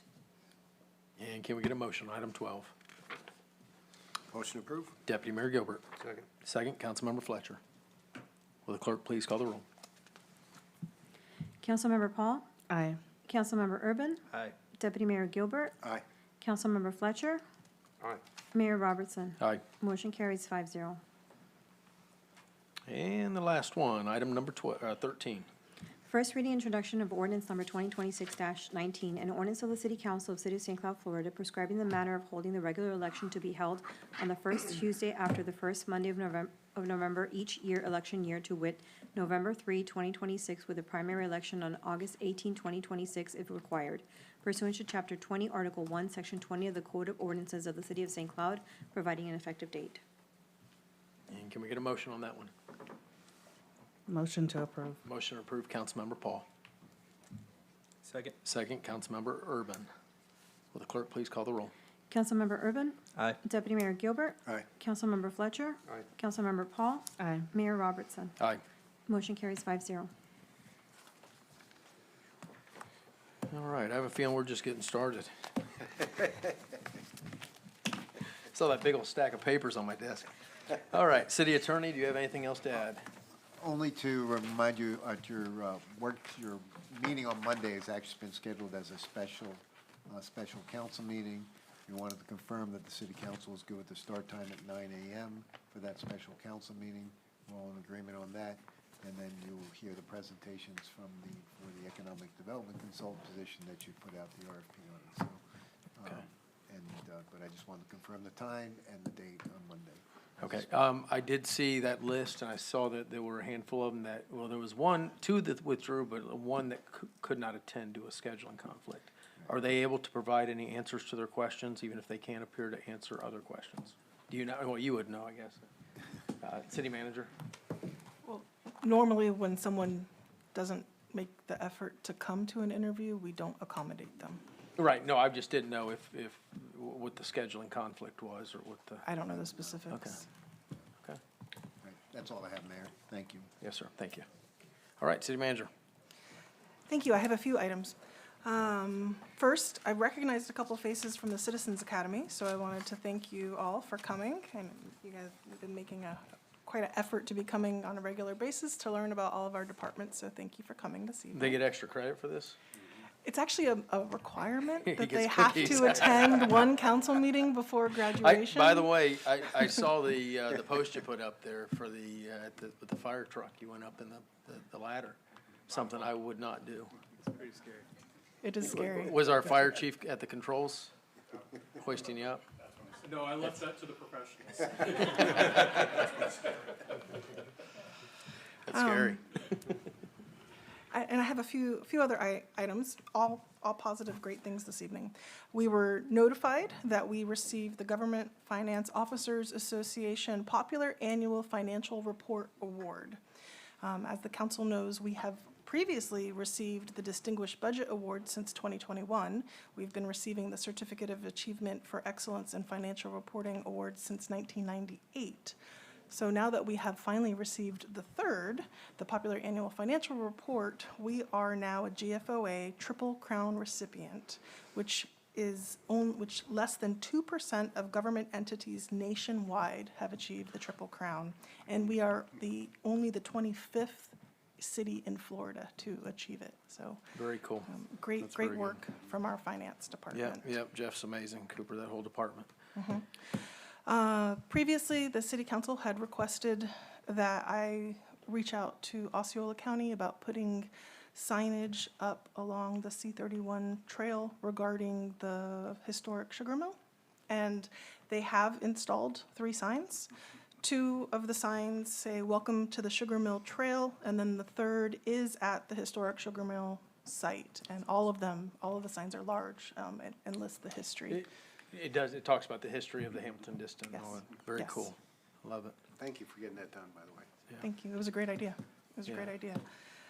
Congressman Soto has agreed to sponsor our EOC and communication equipment federal request. I was notified of that, so we'll be moving forward with that request. I'd like to welcome our new Assistant City Manager, Jabari Walker, who's sitting on He's over the there. side. We're very excited to They have are him loving join us. all their new seats. They just hide under the podiums. And then the last thing, I would like to congratulate Councilwoman Paul. She has been selected by Onyx Magazine's Women on the Move as a 2026 honoree, which we're very proud of her, so congratulations. Thank you. Cool.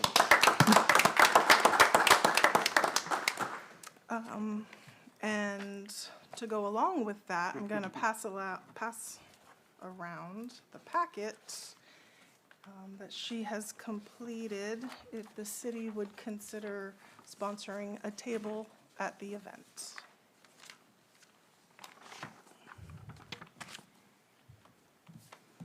And there is money available in the city council budget. The table of 10 cost is $3,500.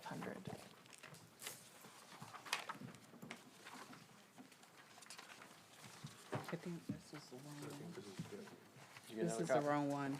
Oh, I have 2, I'm sorry. Okay.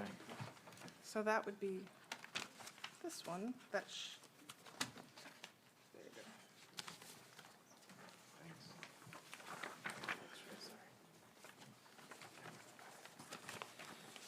go. Are we gonna be voting on both of these, or, Ms. We're Paul is gonna going to talk- bring up the second one. okay. Do you want her just to talk about both of them? Do you want to talk about Yes, both of them? I can go ahead. Can I just go ahead and read my comments now? Okay. I don't know if you were done or not. That was my last, Okay. well, All right, we've got this. Do you want to, maybe we just go on down. Do you want to go now, or do you want to? I'll go now. You wanna go now? Okay. Yes. So, first I wanted to say, last month we had Roots and Rhythm, which was hosted by St. Cloud Main Street and Granny's, Southern Smokehouse. That was a success. I've heard positive feedback from residents who thought the event was phenomenal. We did have a, former hometown, Brent Fullwood, former NFL, Green Bay Packers come into town, and he, was very happy about participating in the event here, hometown, so he was excited about that.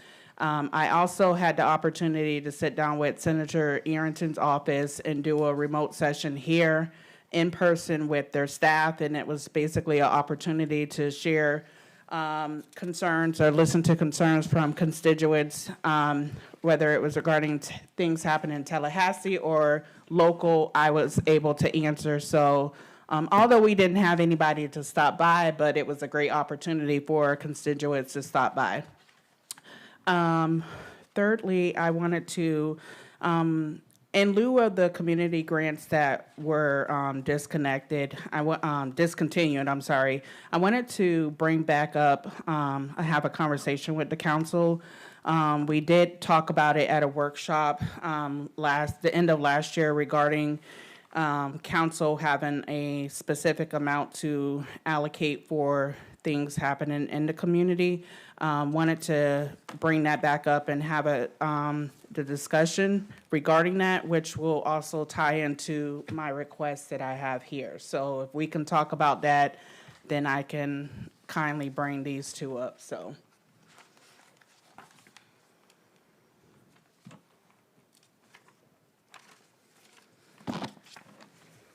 All right, yeah, Councilmember Paul, the reason I asked if you wanted to go now or later, I had some comments on that as well. We had spoken about community grants, and I spoke with the city manager, and this is something a little different where, about individual sponsorships. I know the county, they do betterment grants, individual commissioners. That's something we haven't done here in the past, but we have floated that idea. Obviously, we don't have the funds that Osceola County has to give to their commissioners.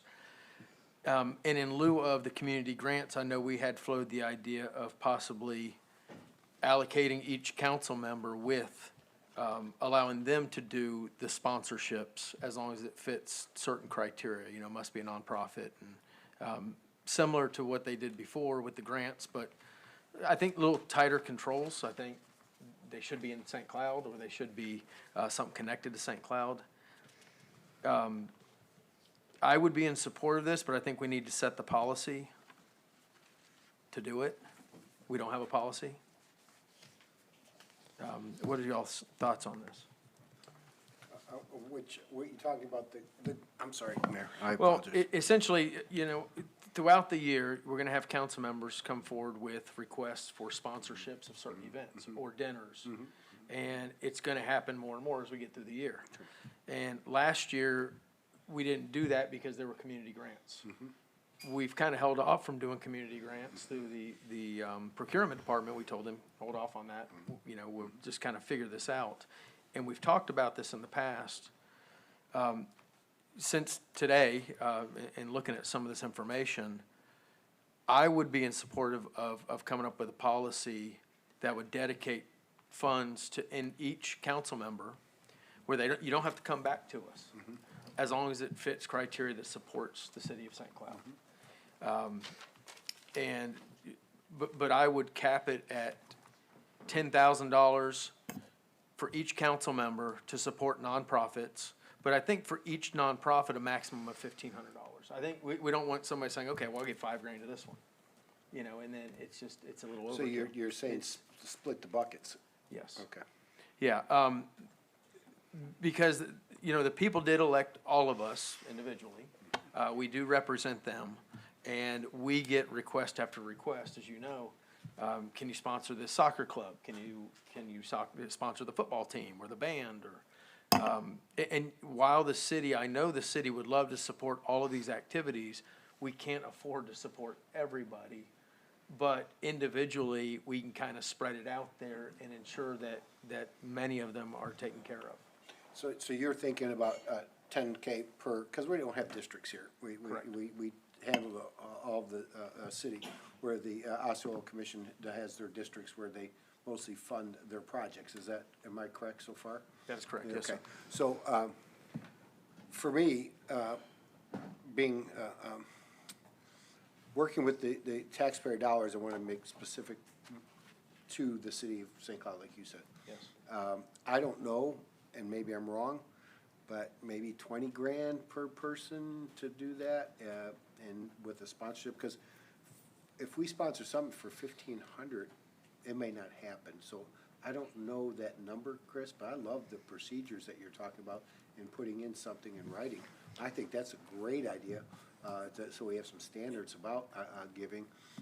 That I don't have, just questions, not really answers at this point, Mayor. Oh, yeah, and that's where, and typically we talk a lot of this through workshops, but, I mean, we're here and we make good time during this meeting, so, and we've got 2 requests on the table that are different, but we do sponsor these type of activities, whether they're, last year, this would have been something through the grant process for this event. This table sponsor, we do that kind of throughout the year with these dinners. So with the 10,000, I would say for supporting the nonprofits, just so, something to the effect of what Councilmember Paul's asking for. So there's a 5K, she wants to be the sponsor of it, so it would still be the city of St. Cloud, but it would be Councilmember Paul saying, hey, I'm here, I'm the main sponsor promoting this. But also, when it comes to the dinners, I think we also need to kind of have some controls on there as well. And I would also add, for those dinners, a $5,000 max for each council member. But I believe they should be handled in the same manner that, as they have been, where those are tables for the council like they've been throughout, how we've been doing it. Right. But I think that each council member should have that ability, which we do already, but I think there needs to be a policy in place on how we make those requests in a certain amount, so that, okay, say we're seeing $5,000, well, if I say, say the Golden Eagle dinner, maybe that's 2,500, or the Education Foundation's 2,500, well, that's the 5,000 for the year. Right. And I would know that if I chose to sponsor those 2. But if I look at some of those that say it's $1,000 for this one or that one, and I decide to spread it across 5 events, that should be my call. And that should be y'all's call as well. So, in that way, we're really we're all elected by the same constituents, but for different reasons, I believe. We all have our own views, we have our own outlook on our city, on how it should move forward in the future, and how we support organizations. I just think that's really a fair way of splitting it up, and everybody kind of has a say as to who gets supported throughout the process. So, okay, we got a number of lights, but I'm going to call this on the city manager first, and then I'll go to the council. Thank you.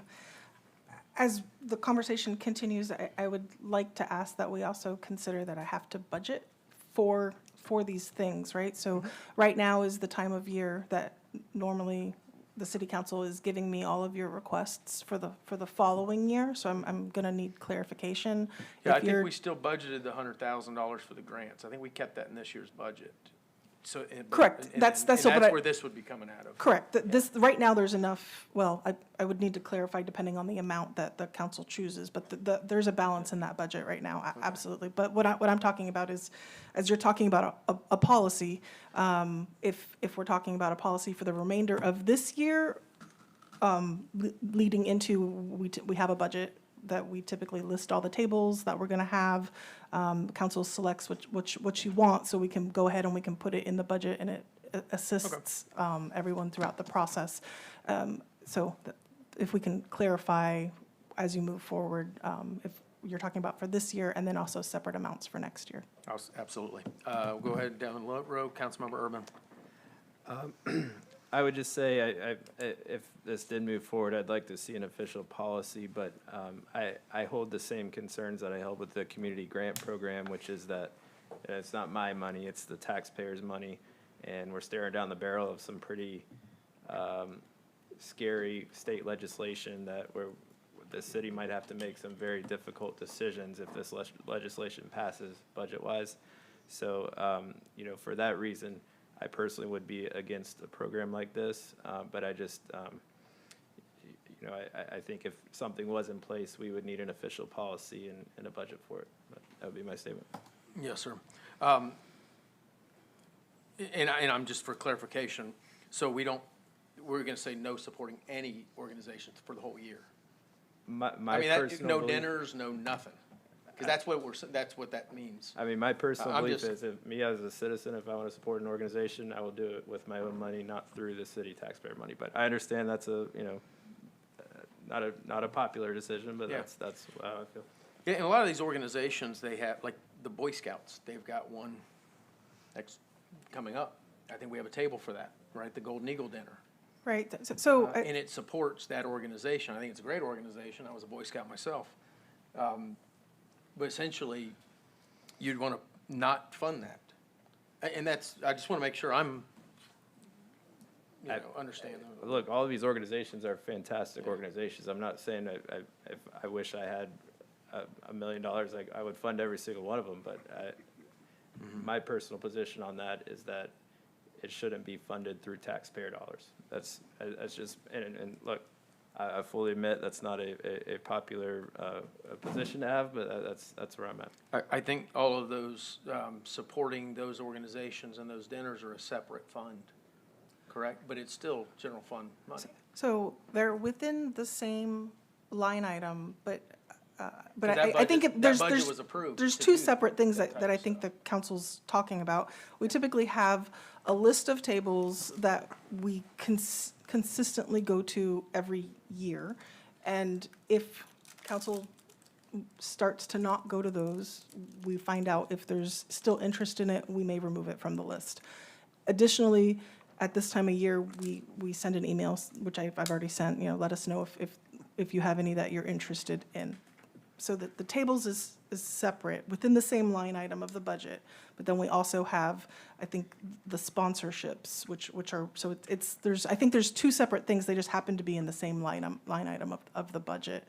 And, we have at times where we need to buy tables, like we've bought a table to go to the county's annual update. We bought a table for that. We've bought tables to go to the Osceola Arts annual event. So there is both. But maybe this would be a good topic for a workshop with the finance director. We can give you a printout of the entire budget on how this has been working. Yeah, but I think we passed that budget in October, right? I mean, we passed it, before October, for those events. There is money That's already currently approved, in this yes. budget. I meant the policy, the change factor. If you would like, we could. No, I'm have- talking about the money. The money is Being currently in the spent budget. towards those type of events has already been approved by this council. Yes. Okay. You want to remove it from the budget? That's why I'm trying to understand how we move forward. So, for example, and I'm thinking worst case scenario, if this ad valorem state legislation passes and we have the choice, we have this $100,000, do we put it towards public safety or do we put it towards events? I would move it to public safety without losing a wink of sleep.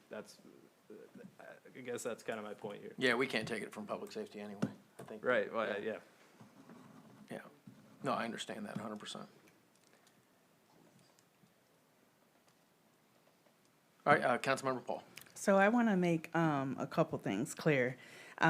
Being selected for a magazine, they selected me. I didn't call them to be selected. So I think as far as if I had not been selected, I wouldn't be going to this event at all. People are watching and see the work being done over here in St. Cloud, and that's how I got selected on that. But anything, if it gets approved or not, even if it do, I still would be transparent to filling out one of these because that's just how I am, because I know it's taxpayers' dollars and I want to be, consider how I choose on what I spend as well too on that. And then the second thing to say, to donate to whatever organizations or whatever, which I do that on a personal level as well, but this specific request is asking for barricades. I don't have personal barricades to donate to somebody. So to, say that, all it is just barricades, lights, and pushing a flyer out on social media to get people to know about the event as a council that we support. So. Yeah, and I'm not a fan of giving money to an organization just to give money where they can just turn around and hand it out as a sponsorship, or, their own scholarship or whatever else, because we've seen that in the past. There is one that we do, and I don't know if we did it this year, the Education Foundation Scholarship. We handed them out last year under our name. The city of St. Cloud gave the scholarship through the Education Foundation.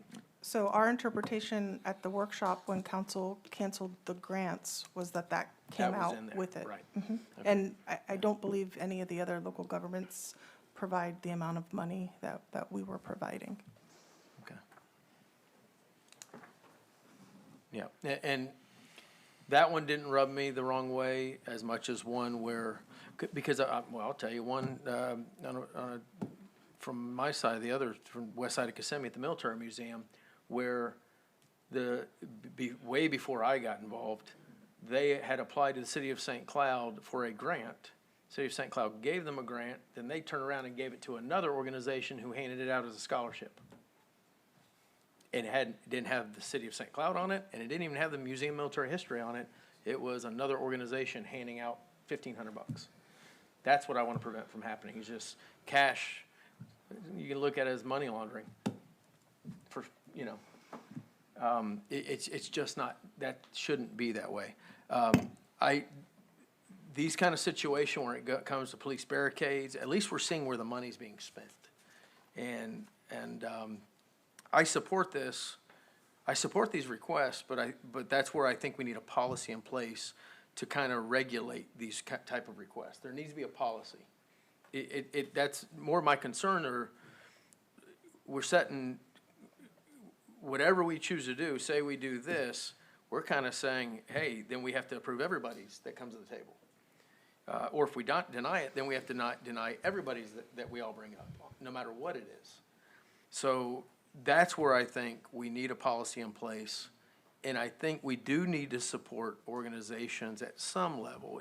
I mean, we get kids, and I know we use personal funds. I mean, there was one that I fought against, I think it was the last meeting, maybe the one before. There was a nonprofit that came up here wanting fee waivers, and I personally wrote a check because we just weren't doing fee waivers.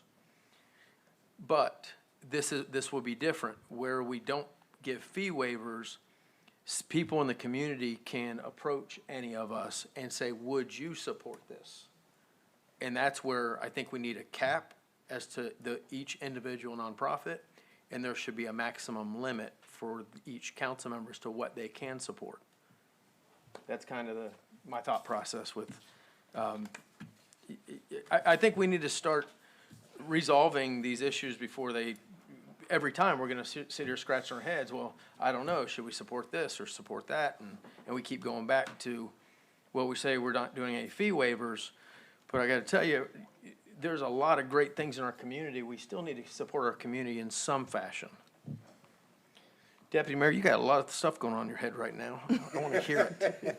I'm just trying to absorb it all because personally and professionally, I set a budget each year for the donations that my company and myself give to different organizations. And it's set each year. That's what we got, and that's where we go. Usually first come, first serve for asking us for donations. And I look at worthy causes that I believe affect the folks, the arena that I'm in.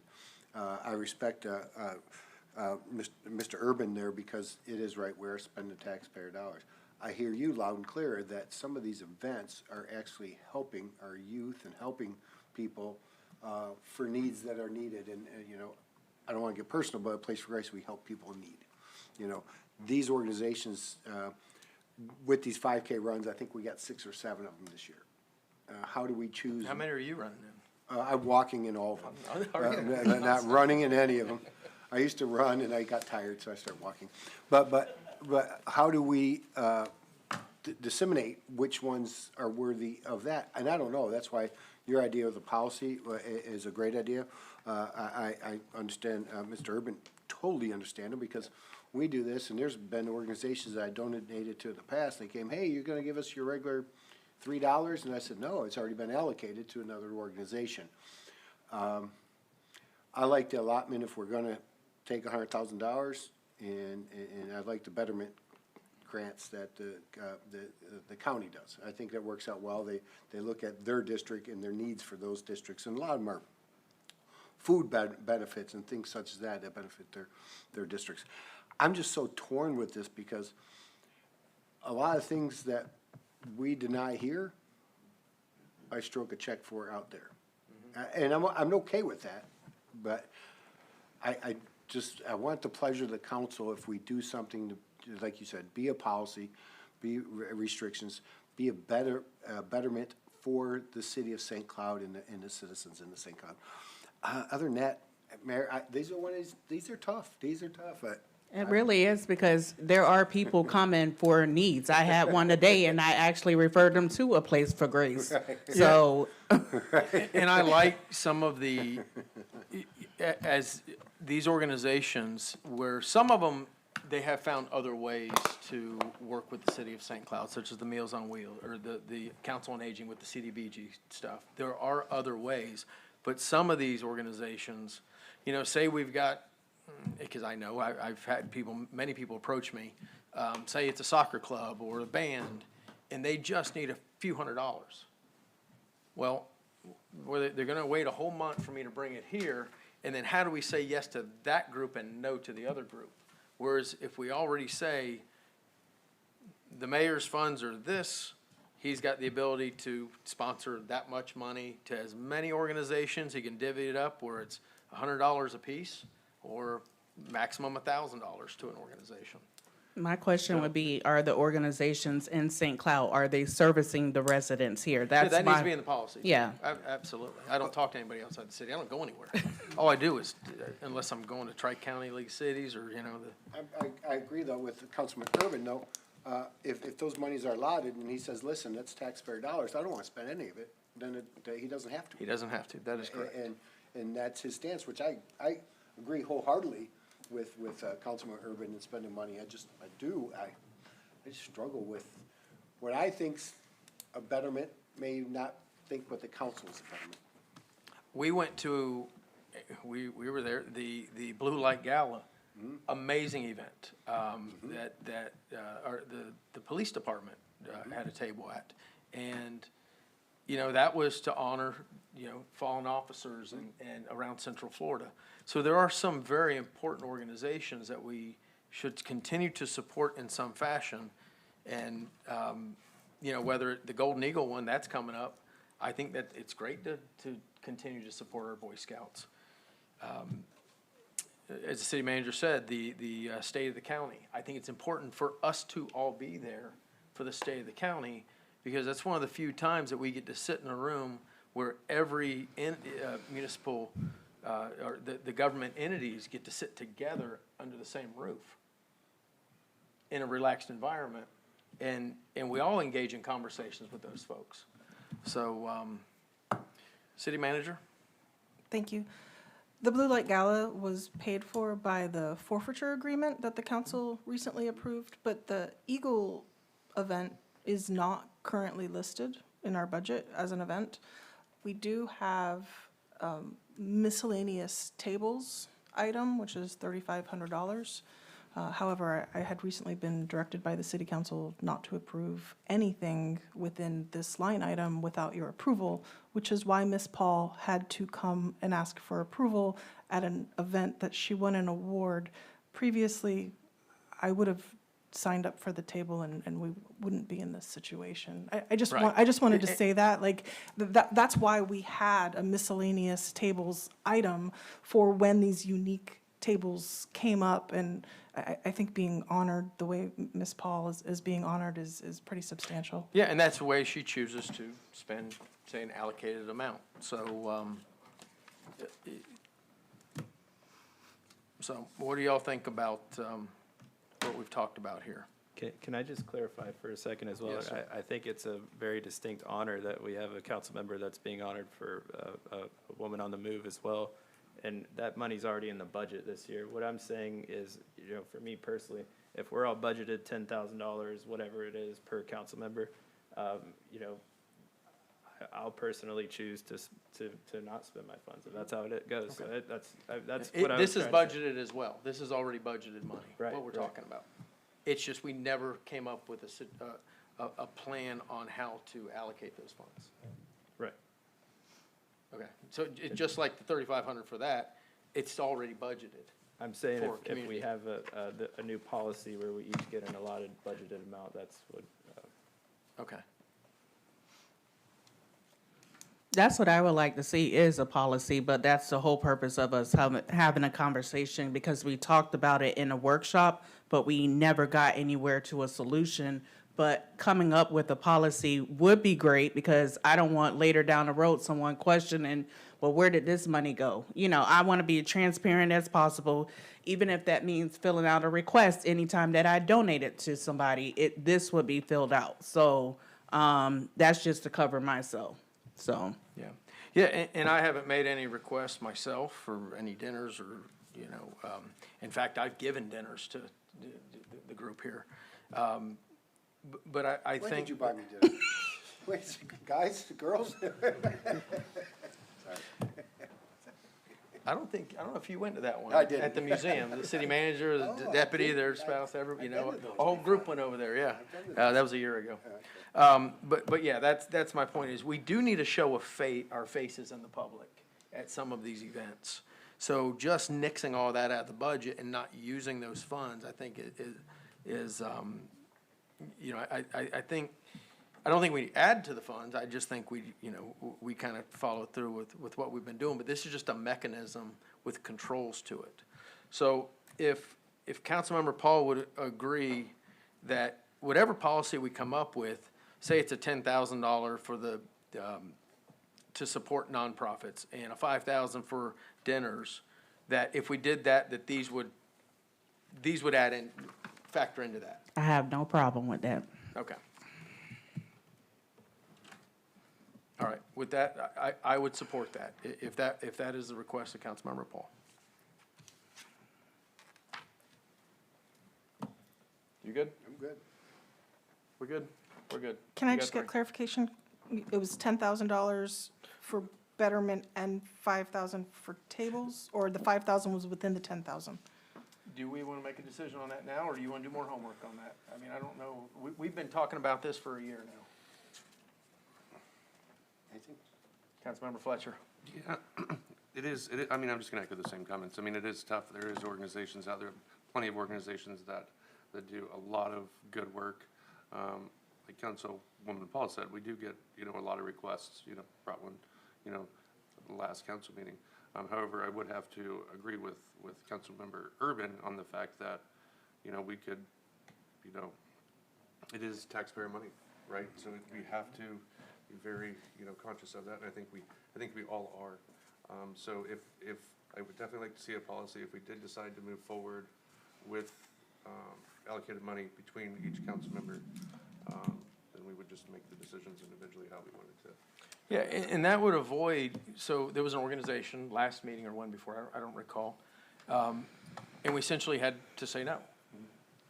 But with that type of organization, they are located in the city of St. Cloud, they do serve a great need. And so, say they went to any of us and said, hey, can you sponsor this event? And as long as it benefits the citizens, and with that one, it was the children in our community, I think an individual council member should be able to make that call. I think we were elected by the citizens. I think you guys, And we I all. think, I also, not to interrupt, Mayor, I think one of the things with these requests is because we haven't finalized it, right? So we would look at it differently if we had a policy in place. Now we're kind of like going back and forth with this meeting, we're saying, hey, you know what, this is the last one, we're not doing it no more. Then we get there and we're like, oh, well, shoot. Now we're doing it again. You know, I think we need to just button it up. Yeah, because I get yelled at when we don't give it to one, and they say, well, wait a minute, you just gave a fee waiver to somebody else. Or, I mean, I get yelled at, especially as the mayor. They say, they blame me for everything. But this puts a policy in place. You know that we said, if you have any complaints, Yeah, here's the we number, did. Was call that- 1-800. I didn't realize that it was in the charter. I that set up an the mayor autoresponder. gets yelled at. Us, I'm trying to just kind of do some housekeeping on this. And that way we're getting out in front of this. And so when anybody else, we'll see it in an advertisement, say Councilmember Fletcher wants to support a food pantry. And say he wants to, well, you see what happened yesterday. The commissioners purchased some steer, a hog, a steer, a goat over at the fair. Not only did they support I know Keith was over there, did the videos, I think. Not only did they support our 4-H kids, but then they handed it out to nonprofits, or say, actually Pastor Luke was there and received it to hand out for the altar, for those in need. So there is a purpose for this type of, for those funds, and I think we need to get out ahead of this, and we can't just continue to tell the entire community we're not going to support their activities. City manager, you still have some more to say? Well, I think it's clear you guys want a policy, and I can bring you Yes. back a policy. Yeah. The question is, I also heard no workshops. They want us to draft a policy and bring it forward to the next city council meeting. Are we good with those amounts? Okay, it keeps it well under, it's what, 75,000, under the 100,000 of what the community grants were the prior year. And it puts tighter controls, and I think it truly is representative of each individual's outlook on the community and who they represent. Did I say that right? I'm just glad it's a policy, because, Okay. you know, then we can decide, as Councilman Urban says, you know, if he decides not to, that's fine. If I decide not to, that's fine. That's correct. But there are worthy causes, and you are right. There's some causes that we donate to on a private level that help the community. I know because I got statistics on it.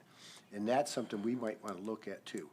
If we are granting or writing these things, we would like a report back, how it impacted the community, how it helped the community. It just could be a one-page letter, something like that. It's great, the kids got together. And just some kind of report back so we can have some history on it. I don't like a lot of paperwork, Mayor, but that's something at least we know how it impacts the community. You know, and to be honest, while Councilmember Gilbert, or Deputy Mayor Gilbert, you know, he's got a huge heart, and he loves to support everybody. I got a huge heart and a very low bank account. And I am the lowest paid employee in the city of St. Cloud. Besides me. Besides this guy. And this guy. But I gotta be honest, when we tell these people no, sometimes after the meeting, I end up telling them yes with a check. And it hurts. I mean, I still gotta eat myself, but it pulls at my heartstrings, and I wanna support all of these great things. And I know you do it as well, and we just don't talk about it.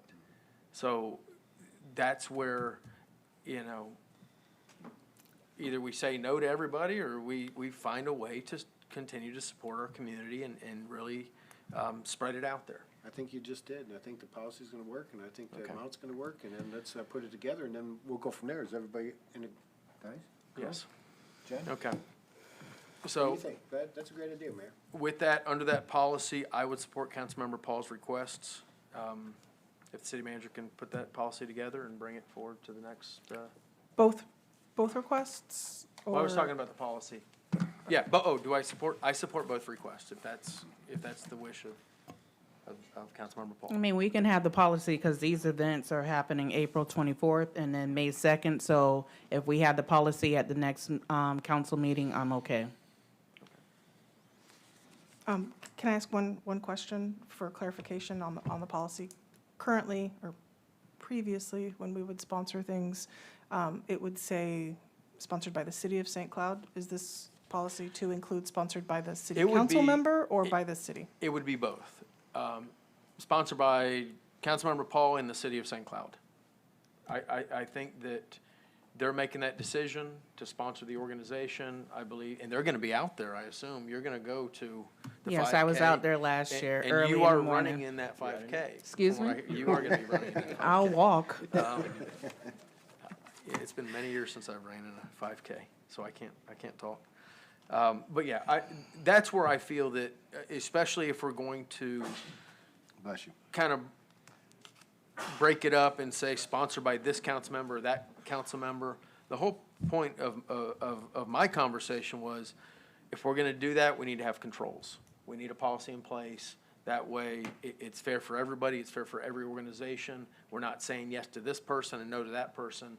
If somebody comes to me, I request betterment funds through my county commissioners, at the military museum, or, the city of that represent St. Cloud. Oftentimes, they'll say, hey, I've used up my betterment grants, go ask another one. And, sometimes they support every one of them, so that's kind of what can happen with this with this policy.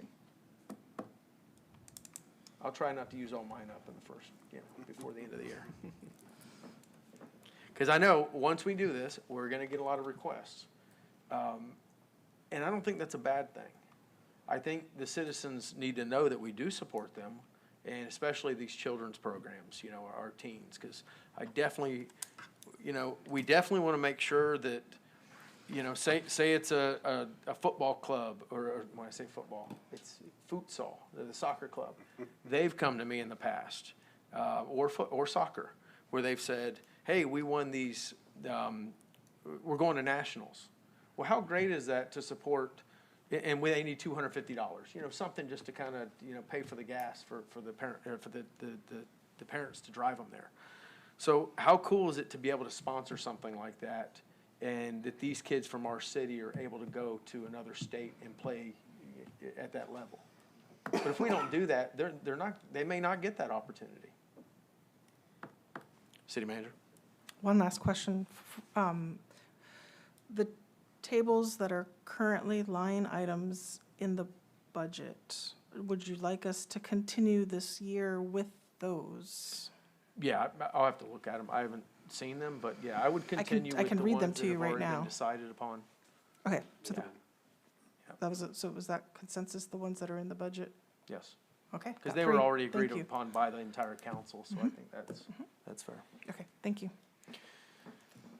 All right, you got good direction? And we're good on all? I think so. I think you'll get a spectacular policy that then will be changed on the fly at the next meeting, but I think we'll bring you a spectacular draft. Thank you very much. And I also have one more thing. I had a lot to say, and that's why I asked you, did you want to wait till it's your turn, or do you want to do it Well, I now? just have one more thing. Yeah. I had met Dr. Christian Wells probably a few years ago at some conferences before I even came an elected official, and he's the director of Center for Brownfields Research and Redevelopment. So I wanted to invite him to a workshop to share different grant opportunities that are in the community, that are available in some of his redevelopment projects that he has worked on in different communities.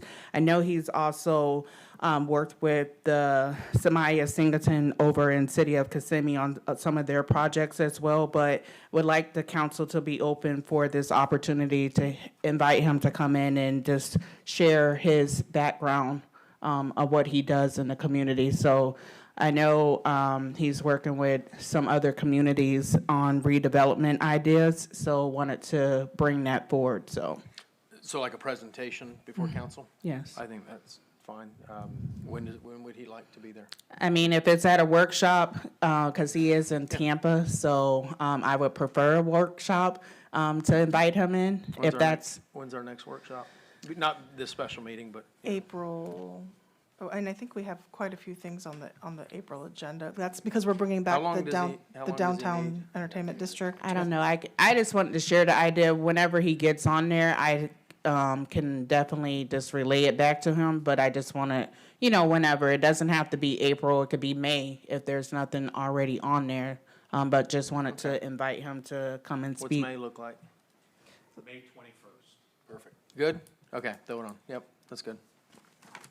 Ms. Paul, during Florida Redevelopment Association, we had a whole session, I think the city manager was with me on that, about brownfields and redevelopment. And you'd be surprised of how much brownfield we have here in the city of St. Cloud. One that's getting developed right now is the electric plant. That's gonna go from brown to green, and it's a great piece of property. So anything that'll help our city grow with redevelopment, I'm down with if council's cool. Yeah, I'm The mayor said he a was. member of the Florida Brownfield Association, so that's how I met him at different conferences. So Do we have any brownfields here? None that are designated within the city limits. We did not name the power plant a brownfield. There's other areas that potentially could be. You could name the entire CRA a brownfield. The problem is there's a public perception that nobody wants. They don't see the opportunities that those people who are knowledgeable of brownfields know that it opens up for them. Yeah, we were at, I believe it was, I know Councilmember Urban was there, I was there in Daytona. I think, was it Melissa in there with us or the city manager? It was a conference where we sat in on discussion about brownfields, and they were out of Tampa as well, that whole group. yeah, he's a professor over at USF too. So Yeah, could have been the same guy. It was very interesting what they were talking about. All right, we're gonna go right back over here. Councilmember Paul, is that everything? Did you want to go ahead and say anything else? since I'm you gonna be had the quiet. floor? You're good? Yes. Okay, so we go ahead and start back that way. First of all, I want to go ahead and ask the fire chief, before we get into the rest, fire chief, can I have a second with you up here at the podium for a minute? I just want to ask for an update on the hiring of these folks that are gonna be in our So departments. currently, we have hired 36 of the 48. Very cool, man. You're doing a We great have job. 7 of them that are in fire school currently. Those are paramedics that we sponsored through the fire school who've been on a contract. So they should be finishing up right around the end of April, so we're looking pretty good. Yeah, during our strategic workshop was that this Monday or last Monday? Last Monday. Yeah. I went next door, they had 52 people out there trained, not our guys, just our guys, but we had 7, I believe, are We gonna had be our 7 in that hires. class. Those are the 7 paramedics that we hired and we're sponsoring through that class. That first response holds at our training grounds. That was so cool. Jay was so proud of that. That was the largest class he's ever had there. He's been very busy, and we've been keeping him busy, obviously, with those new hires that we have. So it's a great partnership. Yeah, that's cool. Keep up the great work. Thank you. Thank you, Chief.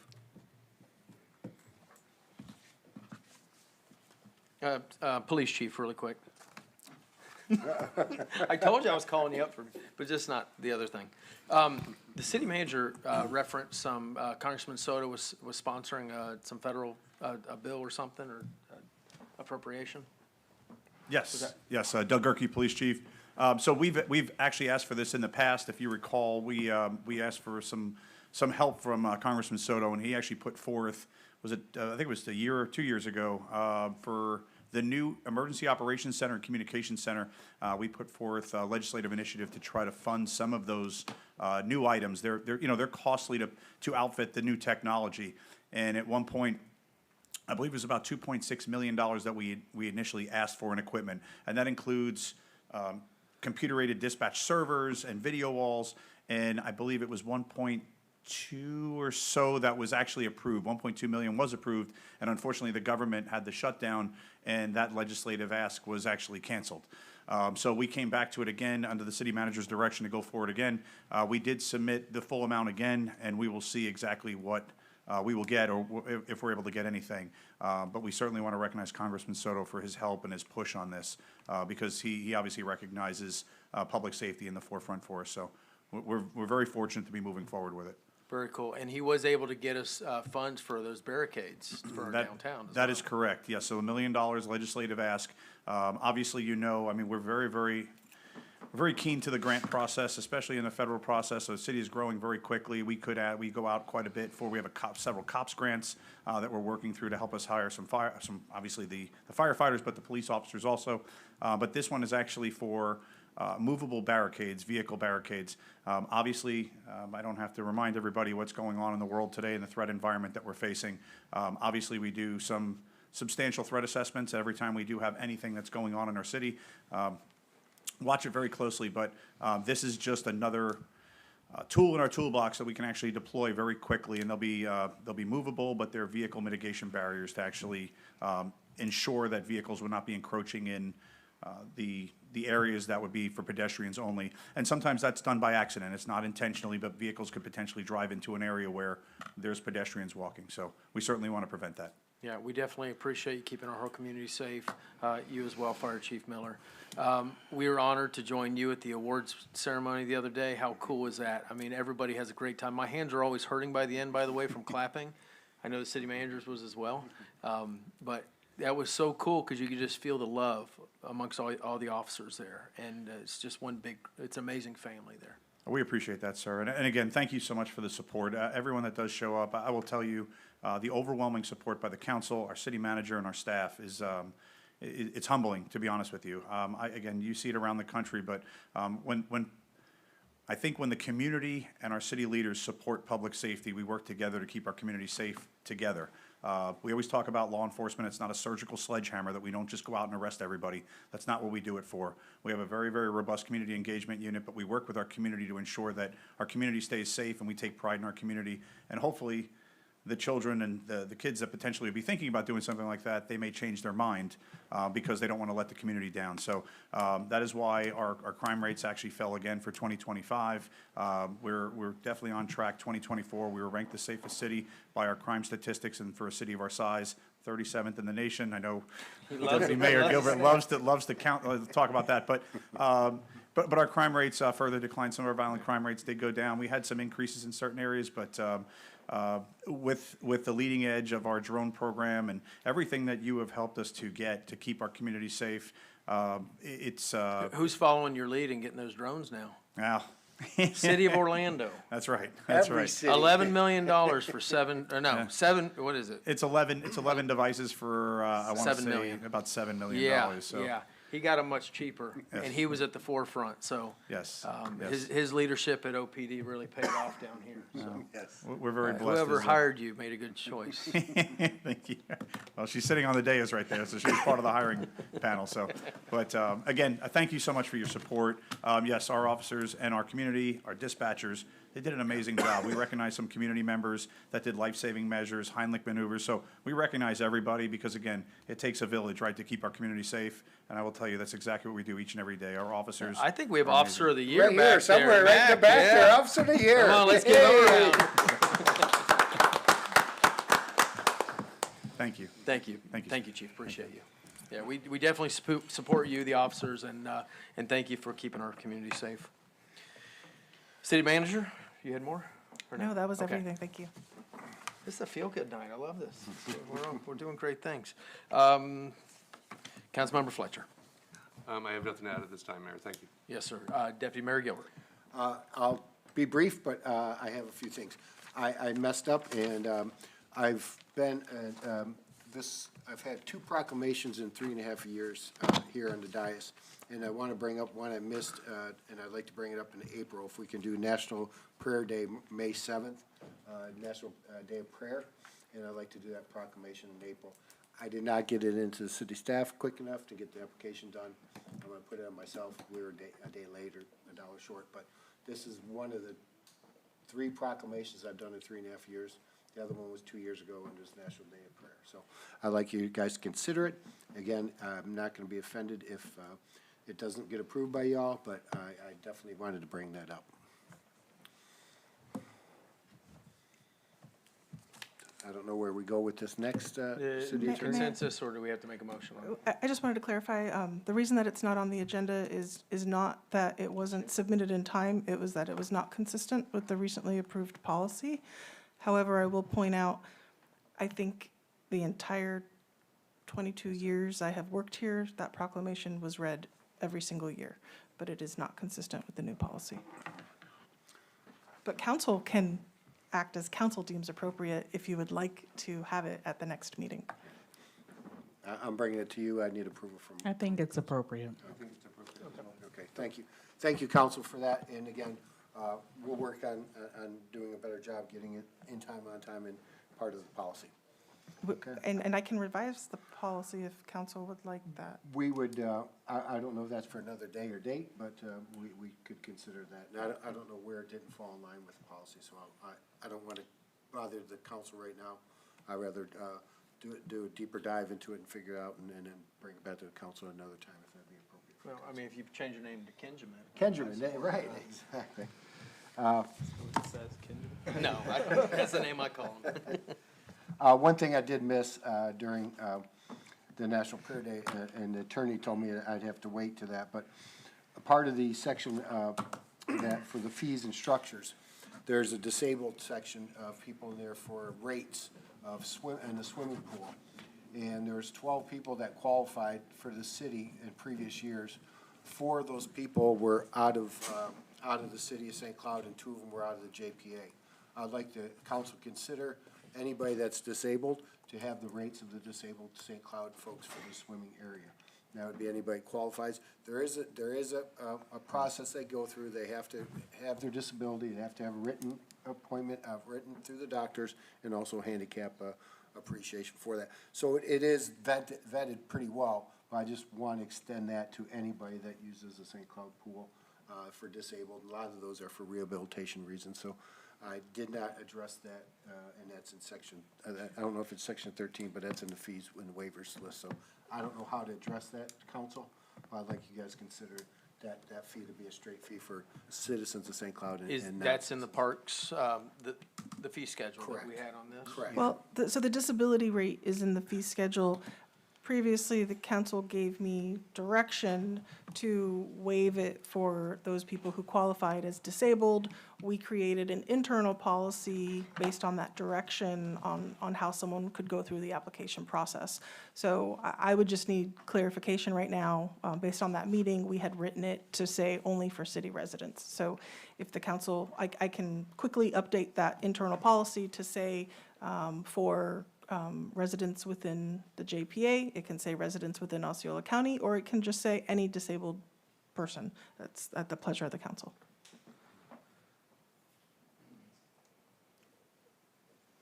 What would you like, Councilman, Deputy Mayor?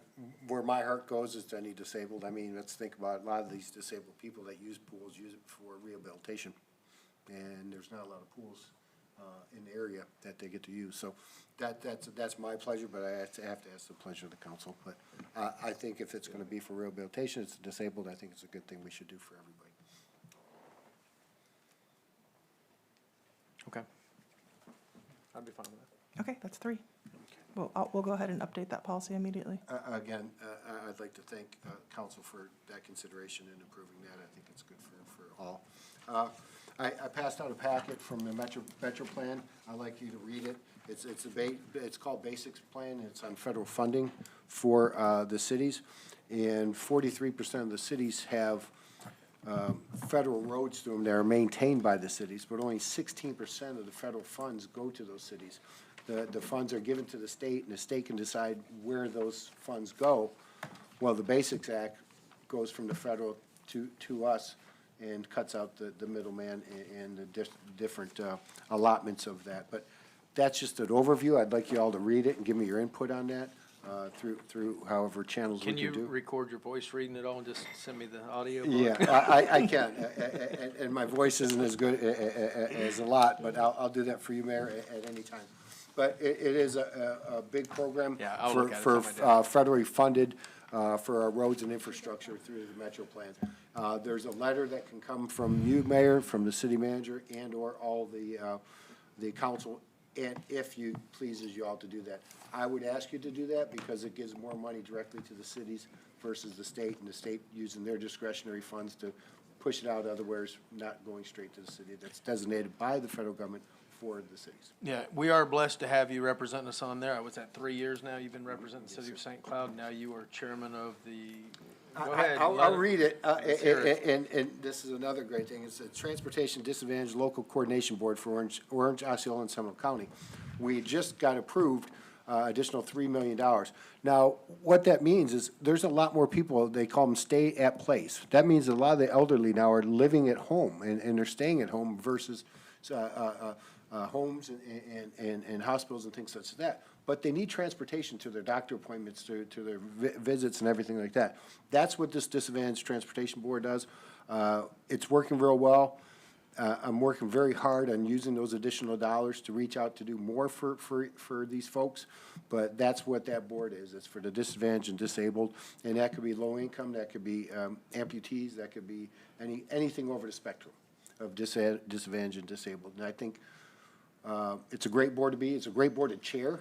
And we can get a lot done for not only the citizens of St. Cloud, but this is a tri-county deal. Osceola, Orange, and Seminole County, where there's 3.4 million residents in that area, which is bigger than the state of Delaware, but there's 75 million people traveling the roads for our tourists, for everything like that. So to get these folks to and back from their appointments is very, very, very necessary, and their charges are $4 a trip.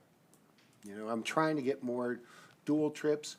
Only 17% had more than one person in these vehicles. I'm trying to figure out doctor's appointments that, you know, we can put 2 or 3 people in these vehicles to be more self-sufficient, but that's not done in a day.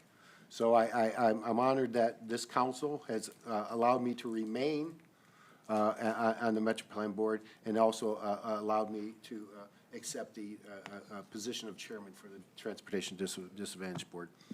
Yes, sir. Yeah, we can all tell you have a passion for this. And, you know, obviously with the transportation infrastructure issues that we face, it's very important that somebody's on there. I like you on there each year because each year you become stronger, more knowledgeable, and you bring that right back to us. So Well, thank you for everything. Well, I Taking appreciate job that, very Mayor, seriously. and it does take a while on these boards. It's a 22-member board, you know, Mayor Demings, Mayor Dyer, all the mayor, Popka, all the mayors from, and then all the council people. So you really have to work together with them to do what's best for our tri-counties, and then therefore, we have a great staff. Cameron's our person on staff here that votes, and we're doing a lot of things, and I'll continue to bring you update after my meetings of what we're doing, because I know we can't communicate other than this time, and it might be a boring read, but things are getting done. So thank you, Mayor. Lastly, my friend Keith and I had a conversation last week, a sit-down conversation, and I just want to thank you. It was a great conversation. It was about Metro Plan, it was about the city, it was about infrastructure, and it was about our two I good. tried watching the week great before's leaders. one, but there was no. It got cut off due to technical difficulties, is that what we're going to call it? But it was reran, and I just want to thank Keith. And thank you guys again for National Prayer Day. I think it's a big day, and I appreciate the folks here on council and the staff. And with that, I'm going to yield back to you, Mayor. Thank you. Yes, sir. Thank you, Deputy Mayor. Councilmember Urban. Yeah, thank you. Deputy Mayor is really, really killing it on the Metro Plan Board. I mean, St. Cloud is very blessed to have him representing us there. And I want to thank council as well for the recommendation on the individual grants. I think having that policy in place and that structure is going to be very helpful for not only us, but the entire community. So very productive conversation. One item I do have, it was brought to my attention that one of my nominees for the Veterans Council was not attending, so I would like to remove Mr. Bonnerty from the Veterans Council, and I would like to nominate Heather Stockdill. I've spoke to her, and she's very interested in running, and so I would like to make a motion for that nomination. I don't know if we need to vote on it or not. I think we vote on it. We Yeah, vote the on the slate consensus, with yeah. it, so yeah. We have a motion from Councilmember Urban to remove Garrett Bonity from the Veterans Council and add Heather Stockdill. Second. We have a second from Deputy Mayor Gilbert. Will the clerk please call the roll? Deputy Mayor Gilbert? Aye. Councilmember Fletcher? Aye. Councilmember Paul? Aye. Councilmember Urban? Aye. Mayor Robertson? Aye. Motion carries 5-0. All right, and can we please, if we can send an email out to Heather tonight, we have a Veterans Council meeting tomorrow. So if she can make it, we'd love to have her there. I can give her a call, Thank let you. her know as well. She's Yeah. very excited to serve. Awesome, thank you. I think that's a great pick. And, of course, her husband, Garrett, Sergeant Stockdale, he's been out there at the Soldier City Sundays and head of our the community engagement. Amazing group. I think under Chief Gerke's leadership there, they've really just, they knock it out of the ballpark, getting out there to the citizens and letting them know that our police department are really there for the citizens. And they're not just guns and badges. You know, they're all Officer McDonald's out there. All right, amazing selection. Yeah, anything else? That's all, thank you. All right, along those lines, Veterans Council, I'll go ahead and give you guys an update as to what's been going on. I think that's my job here. We've been doing Soldier City Sundays, obviously, since November. And so what we've decided to do, so we started off with 10 to 2, shrunk it down to 11 to 2. Now we're going to adjust it one more time to the second and fourth Sunday. Just to kind of get its base back again, and it's going to kind of slow down a little bit more. But since we've done that, we've had an abundance of applications. So we're, getting the word out that the Citizens Foundation covered their insurance. I think, we had some things fall through the cracks early on with some members not showing up, and we're kind of weeding through those the weakest links. And that's why it's great when council members acknowledge that maybe their selection wasn't kind of working out, that they make that appointment and put somebody in their place that, and I think that's an amazing one. Heather's gonna do great. She's active in the military in the Coast Guard, so how cool is that? Also, we had Captain Mateo's out there. So he was out there last Sunday, this past Sunday. So the next one will be not this Sunday, but the following. I don't have a calendar in front of me, but I don't know if we put that on. Can we start adding those to our Soldier City Sundays when I can read them off into the meetings in the future? Just to let the public know, and I know we do put it out there, and I know Positively Osceola puts it out there as well. So we're going to try it out the second and fourth, and we just started it 2 weeks ago. Tomorrow we've got our next Veterans Council meeting. Not only are we working towards, and we've been moving on doing these Soldier City Sundays, but also we've already created the subcommittee to do a Veterans Parade. So we wanted to do it last year. Obviously, City of Kissimmee, they had theirs. I want to make sure that we have it every single year here in City of St. Cloud, supported by this city council through the Veterans Council. We've got such an amazing Veterans Council. Steve Montiero, obviously, we've got representatives from McCormick Institute. We've got somebody from Osceola Chamber, St. Cloud Chamber, the list goes on, and we've got a great team there, and it takes time to kind of find out what works and what doesn't. Scott, I think there's still portalets out there. I don't know if did they remove them this week? Okay, thank you. All right. Yeah, and everything worked out great this past weekend where we didn't need extra staff there, and until we build it back up, and I don't think it'll get out of control there, not on a Sunday anyway. With that, like I said, we've got our next meeting is tomorrow is here at 1 o'clock. 1 o'clock tomorrow, yes. In the conference room, Veterans Council. Yes. Yeah. Okay, there was something else I wanted to throw along those lines. Okay, like I don't have enough that I throw on my plate. Last meeting, we talked about chickens. Let's talk about chickens again. Now, we're talking about 40 chickens on a quarter acre, and that's in a subdivision, right? And that was an encumbered subdivision that just didn't have an HOA. As we start moving into, say, up Narcoossee Road, where we just annexed in 7 acres, there's going to be some of these 5 acres, 2 acres, 1 acre that are agricultural. And we're going to be hit with this, just like with doing a policy for the grant funds, or the community support funds. I think we're going to keep hitting these situations where you're going to find some unique stuff out there. Maybe they got 12 spider monkeys on a quarter acre. What are you going to do with that? A few sloths. Keith knows. Yeah. I don't know. You just don't know. And I've spoken with the agriculture community, especially during the fair time. And I had got a lot of calls, and obviously we had some that weren't too pleased, but I don't think they realized that we weren't tightening the rules, we were actually helping them. In Mr. McConaughey at the last meeting, he was correct by saying, well, you guys are just talking about chickens. What about, you know, what if you got 5 acres? And I talked to the president of KVOS, and he said, well, you know, if you've got 5 acres, 40 chickens on 5 acres, not bad. But you got 40 pigs on 5 acres, that's a problem. And we all know that's a problem. But maybe the person who's got 40 pigs doesn't think it's a problem. So I feel, and I don't think all of those things should land on our plates here in a council meeting time and time and time again. That's why I'd like to recommend something similar to what we've had in the past to create that ordinance, a St. Cloud Agriculture Advisory Committee. I believe that was Matt Walters, the Whites. Something where they don't have to meet every month, but maybe once every 2 months. I've already talked to Matt. He's very excited about that. They feel that there's a need for that. And I don't mind spearheading that as well.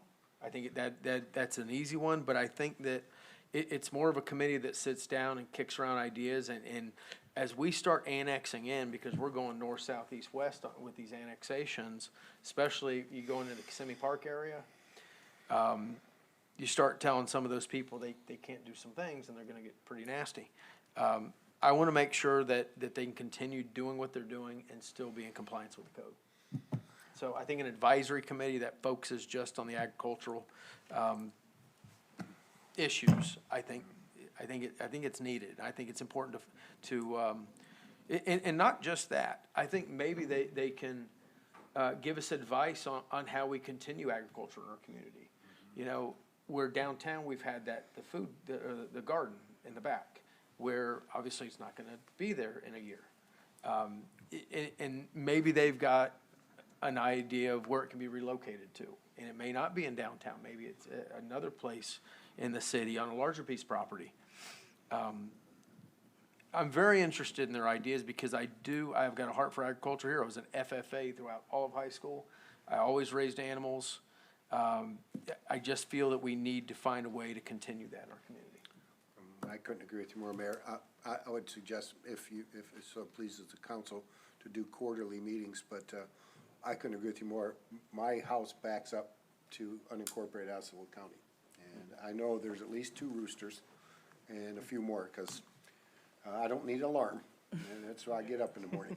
But I'm okay with that, but I think that's what the community that we're in. I think that's what St. Cloud is about, and agriculture is a big part of St. Cloud. So I don't see what would hurt us to get the people that have been here. You've got some farmers that have hundreds of years of traditions, of family members that are here, and if they're gonna willing to help us with this, I don't see how we don't go with that, but pleasure of the council, I don't know. And it just so happened that right after that meeting, I think it was that weekend, you know, we had the rodeo parade, and that night, I was out there from 2:30 till about 10:30 at night in the arena, calling out the bids for the goats, the hogs, and the lambs.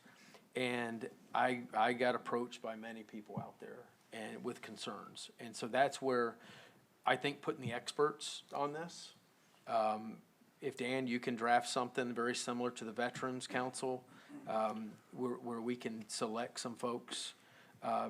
You know, I've got a handful of names. I mean, I know a lot of these people myself, but, you know, I want to make sure it's a group that really and I'm not looking at like big ranchers, you know, big parcels, because they're not going to be facing the issues of us annexing in, say they're on a half acre and they've got 20 chickens, and they may be allowed to have 20 chickens. I think 20 is allowed, right?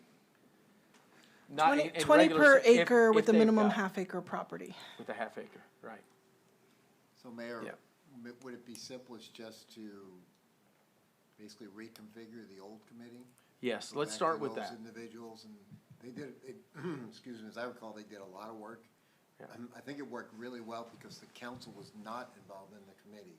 Yep. I think they received, at the end, they gave a report to the council. Yeah. Well, I would like to sit on that too, to make sure that gets right back to the council in the same fashion with the Veterans Council. It'd be up to Yeah. everyone. So we could reach out to all those individuals and just basically see who from them wants to continue to serve, and basically bring it back up and. Yeah, because they're seeing it from their point of view, but I think a council member being on there as well to see it from our point of view, I think it's the perspective, I think it's important because We hear it from, they won't hear it from the citizens. We hear it from citizens, you know, that may be opposed to some of the things that they still support. You know, we're getting all views there, so. Would that be something you guys would be fine with? What would you want to do? Do you start it with one of the council members? Are you going to use it like the veterans, it changes council We can members each rotate year? it. Yeah, we can do it in the same I fashion. just, Yeah. if council's fine with that, Because at some point, I'll be falling off the Veterans Council and then. right. So would you You like can't the leave everything on my the plate. format to I'm be just- similar to the Veterans Council? Yeah, we can do it with appointments, but I think maybe we can start with, I mean, I don't know. What do you think, Dan? Those three guys that were on there, I think there was. I'd have to, I thought it was a fairly large committee. I want to say 8, 9, maybe 10 people were on it. What as if I we recall. started with the three that have stayed active with this, you know, with Matt and the Whites, and let them select the Well, others? They're the ones who really know what's needed. Well, we can do that, and why don't, maybe the best thing to do is just let us look at that, how it was created, bring it back to you at the next council meeting, and then we can make recommendations, and you can talk about the number of appointees, and we can start with those 3 core members. Yeah, because they look at it from both sides. They don't believe, you know, they don't feel that, obviously 40 chickens on a quarter acre, they think it's a lot. You know, they look at they call balls and strikes, as I like to call it, as I like to say. So they're not just saying you can have whatever you want. They don't believe you should have 40 pigs on a 5-acre piece, but 40 chickens on 5 acres is fine. I just think it's good to have the advice of the experts, the people that deal with it every day. Matt's obviously a large animal vet. The Whites, I mean, all of those folks, since I was a kid, have been involved with KBOS. So I think it's the right group to start with. We're good? There was consensus, but I do have a question. Yes. We were planning on bringing the chicken ordinance back at the April meeting, so are we pausing, bringing it back? So bring it back with the. This is not just because of the chicken ordinance. No, Okay, This is, we've already kind Thank you. of figured that one, Okay, thank I you. think, right? In the last meeting. Yes, I just Yeah. wasn't sure when This you. is not changing that. No, Okay. this is so that situations in the future don't arise. I didn't know if you wanted them to look at that And not too. not just situations, but where we can really add value to agriculture in our community. Not just, you know, on a case by case, when we annex in and somebody's got something that is not within our code, something that, like I said, a garden that we're not gonna have, they could have an idea, hey, let's put it out here, they're the experts, so let's let them kinda, have some input on it. Okay, we'll bring the chicken or the ordinance back in April, and we'll bring you something for this, for the group.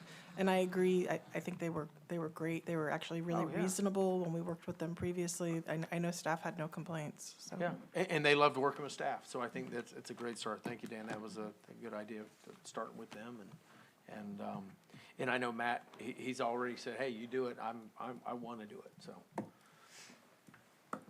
That's all I have, I think.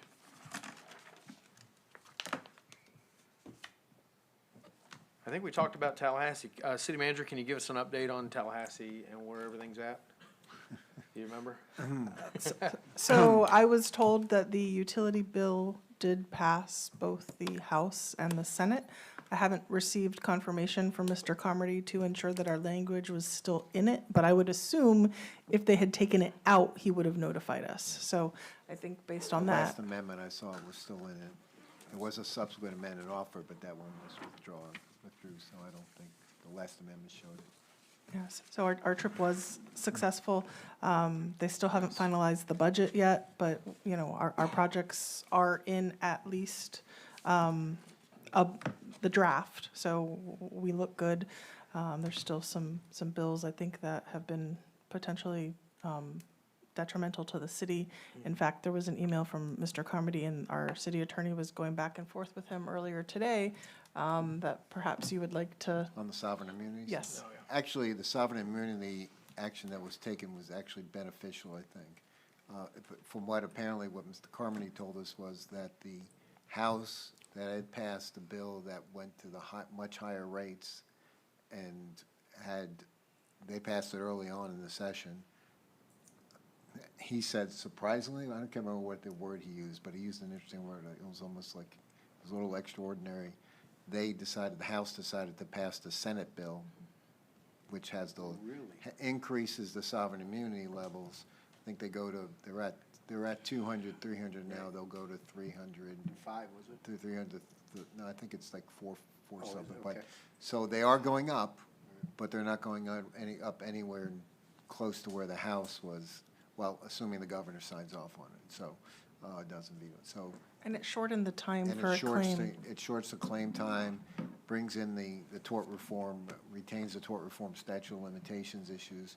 So it's, the position that the League of Cities took and told us to essentially take as thing is, if you're gonna advocate against the House bill, recognize that the sovereign immunity limits haven't gone up in well over a decade. So expect that at some point they're gonna go up, so support the Senate bill, is what they were saying. So I think that's what happened there. Other than that, there's a couple of interesting, a new bill that, not a new bill, but one that sort of flew under the radar apparently, and I talked to the building official about it today, that would change the way cities charge for building permits. That could have a significant impact on the building department and resources for that department. And it seems like it has passed both houses, so it's kind of moving forward. It basically changes the analysis with regard to permits from, they're typically based on value of the work that's being done, to the city's gonna have to calculate the actual cost of the permit under the applicant and do that. So that is gonna be one that's the city's gonna have to work hard to figure out how to deal with that one. And it could cut back on resources for the building department. Okay, and I know in the past, we've actually lowered the permit fees because we've taken in so more money than, like, there's a limit of what we can take in, right? Yeah, We there have to is, spend it. there is, but, That's what got Bob, the best office in City Hall. we did. He So was that here that earlier. one's kind of, so, other than that, I think some of the ones that we were concerned about have sort of stalled, but it ain't over yet. So I signed up earlier today for a webinar from the Florida City County Managers Association for April 2nd, I think is what the day it is. And they're gonna go over everything that passed and how it affects local government. And so at that point, we'll have a better idea of what's happening. And everything still has to get signed by the governor. So just because it may pass both, doesn't mean that he'll sign them into law. Okay. I've got 2 more things to add, I'm sorry. We're all good with Tallahassee legislative stuff? Okay. Claudia from the Daughters of the American Revolution, I know, Scott, you had forwarded me some information. I spoke with her today. I'll just let everybody know that this falls right underneath the Veterans Council. So I guess she had been in talks with staff prior to the Veterans Council about the Daughters of the American Revolution monument going over to Mount Peace. But then we determined, I think we all determined, that a better fit would be at Veterans Park. There's already a Grand Army of the Republic, there's the World War II, and so we spoke today, and she has the plaque, and she's gonna be at our Veterans Council meeting to talk to us. And the Veterans Council is going to determine the right spot. My view is it should all be in chronological order. I think that makes sense. If somebody's going through, they see the, American Revolution, Civil War, and just kind of, all the way through. So, once after tomorrow in the Veterans Council meeting, I will come back and inform you guys where we feel, where the Veterans Council feels. Ultimately, I believe it should be the council's determination. But that's what that Veterans Council's for, is to bring that back to you guys. So that council works for y'all. So essentially, I work for you and everybody else in here. Also, I've this year, of course, I assume the role representing all of y'all on the Tri-County League of Cities. I got a phone call from the executive director asking me if I would be interested in assuming the second vice president role. I've been involved with Tri-County League of Cities for many years. I was a citizen advocate representing the city of St. Cloud. They did it 1 year back in 2018. And so I would attend all those meetings and with all the mayors and council members around the Tri-County area. That's Osceola, Seminole, and Orange counties. So with that, that puts me in line in 2 years to be the president of Tri-County League of Cities. So it's so cool because we actually get to host them here. I think we're doing it next year, right? I think early 2027. Yes, Yeah, because we couldn't find a date this year. they had a conflict. But I think next week, we're all going up there, 2 weeks, right? I think some of y'all had agreed to that. The right? 19th. What is it? Is it the 19th? I don't remember dates, but yeah, it's I just follow my phone every day. It's, every day is a different experience. Yeah, I think that's cool. That's at the Florida League of Cities office there in Orlando, so I look forward to going there. And I know we're gonna have almost a dozen state reps or senators gonna be there. I know Senator Arrington, I know Representative David Smith, there was a whole list of them that are gonna be in attendance, so everybody's invited, the council and, mayor, but that is, I believe, where they're going to vote on the slate of officers, so that's where I'll be approved to be on there. The actual board approved me, but then it goes for a final vote for the whole membership. With that, I have nothing else to add, and next up, we have reports, warrant list, number 5, fiscal year 26. And the Recreational Advisory Committee minutes, August 2025 approved. Economic Development Advisory Committee minutes, 2021. Community Redevelopment Agency minutes, December 4th, 2025. Monday, March 16th or 19th? Which one was that?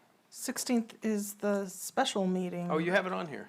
Well, Stacy handed me a note, but it's on here. Okay, I was just making sure you weren't telling me it's the 19th, not 16th. I'll go ahead and read it. Monday, March 16th, City Council Workshop, 9 a.m., City Hall, Council Chambers. Thursday, March 19th, City Council Workshop is canceled. Thursday, April 9th, City Council meeting, 6:30 p.m., City Hall, Council Chambers. This meeting is adjourned.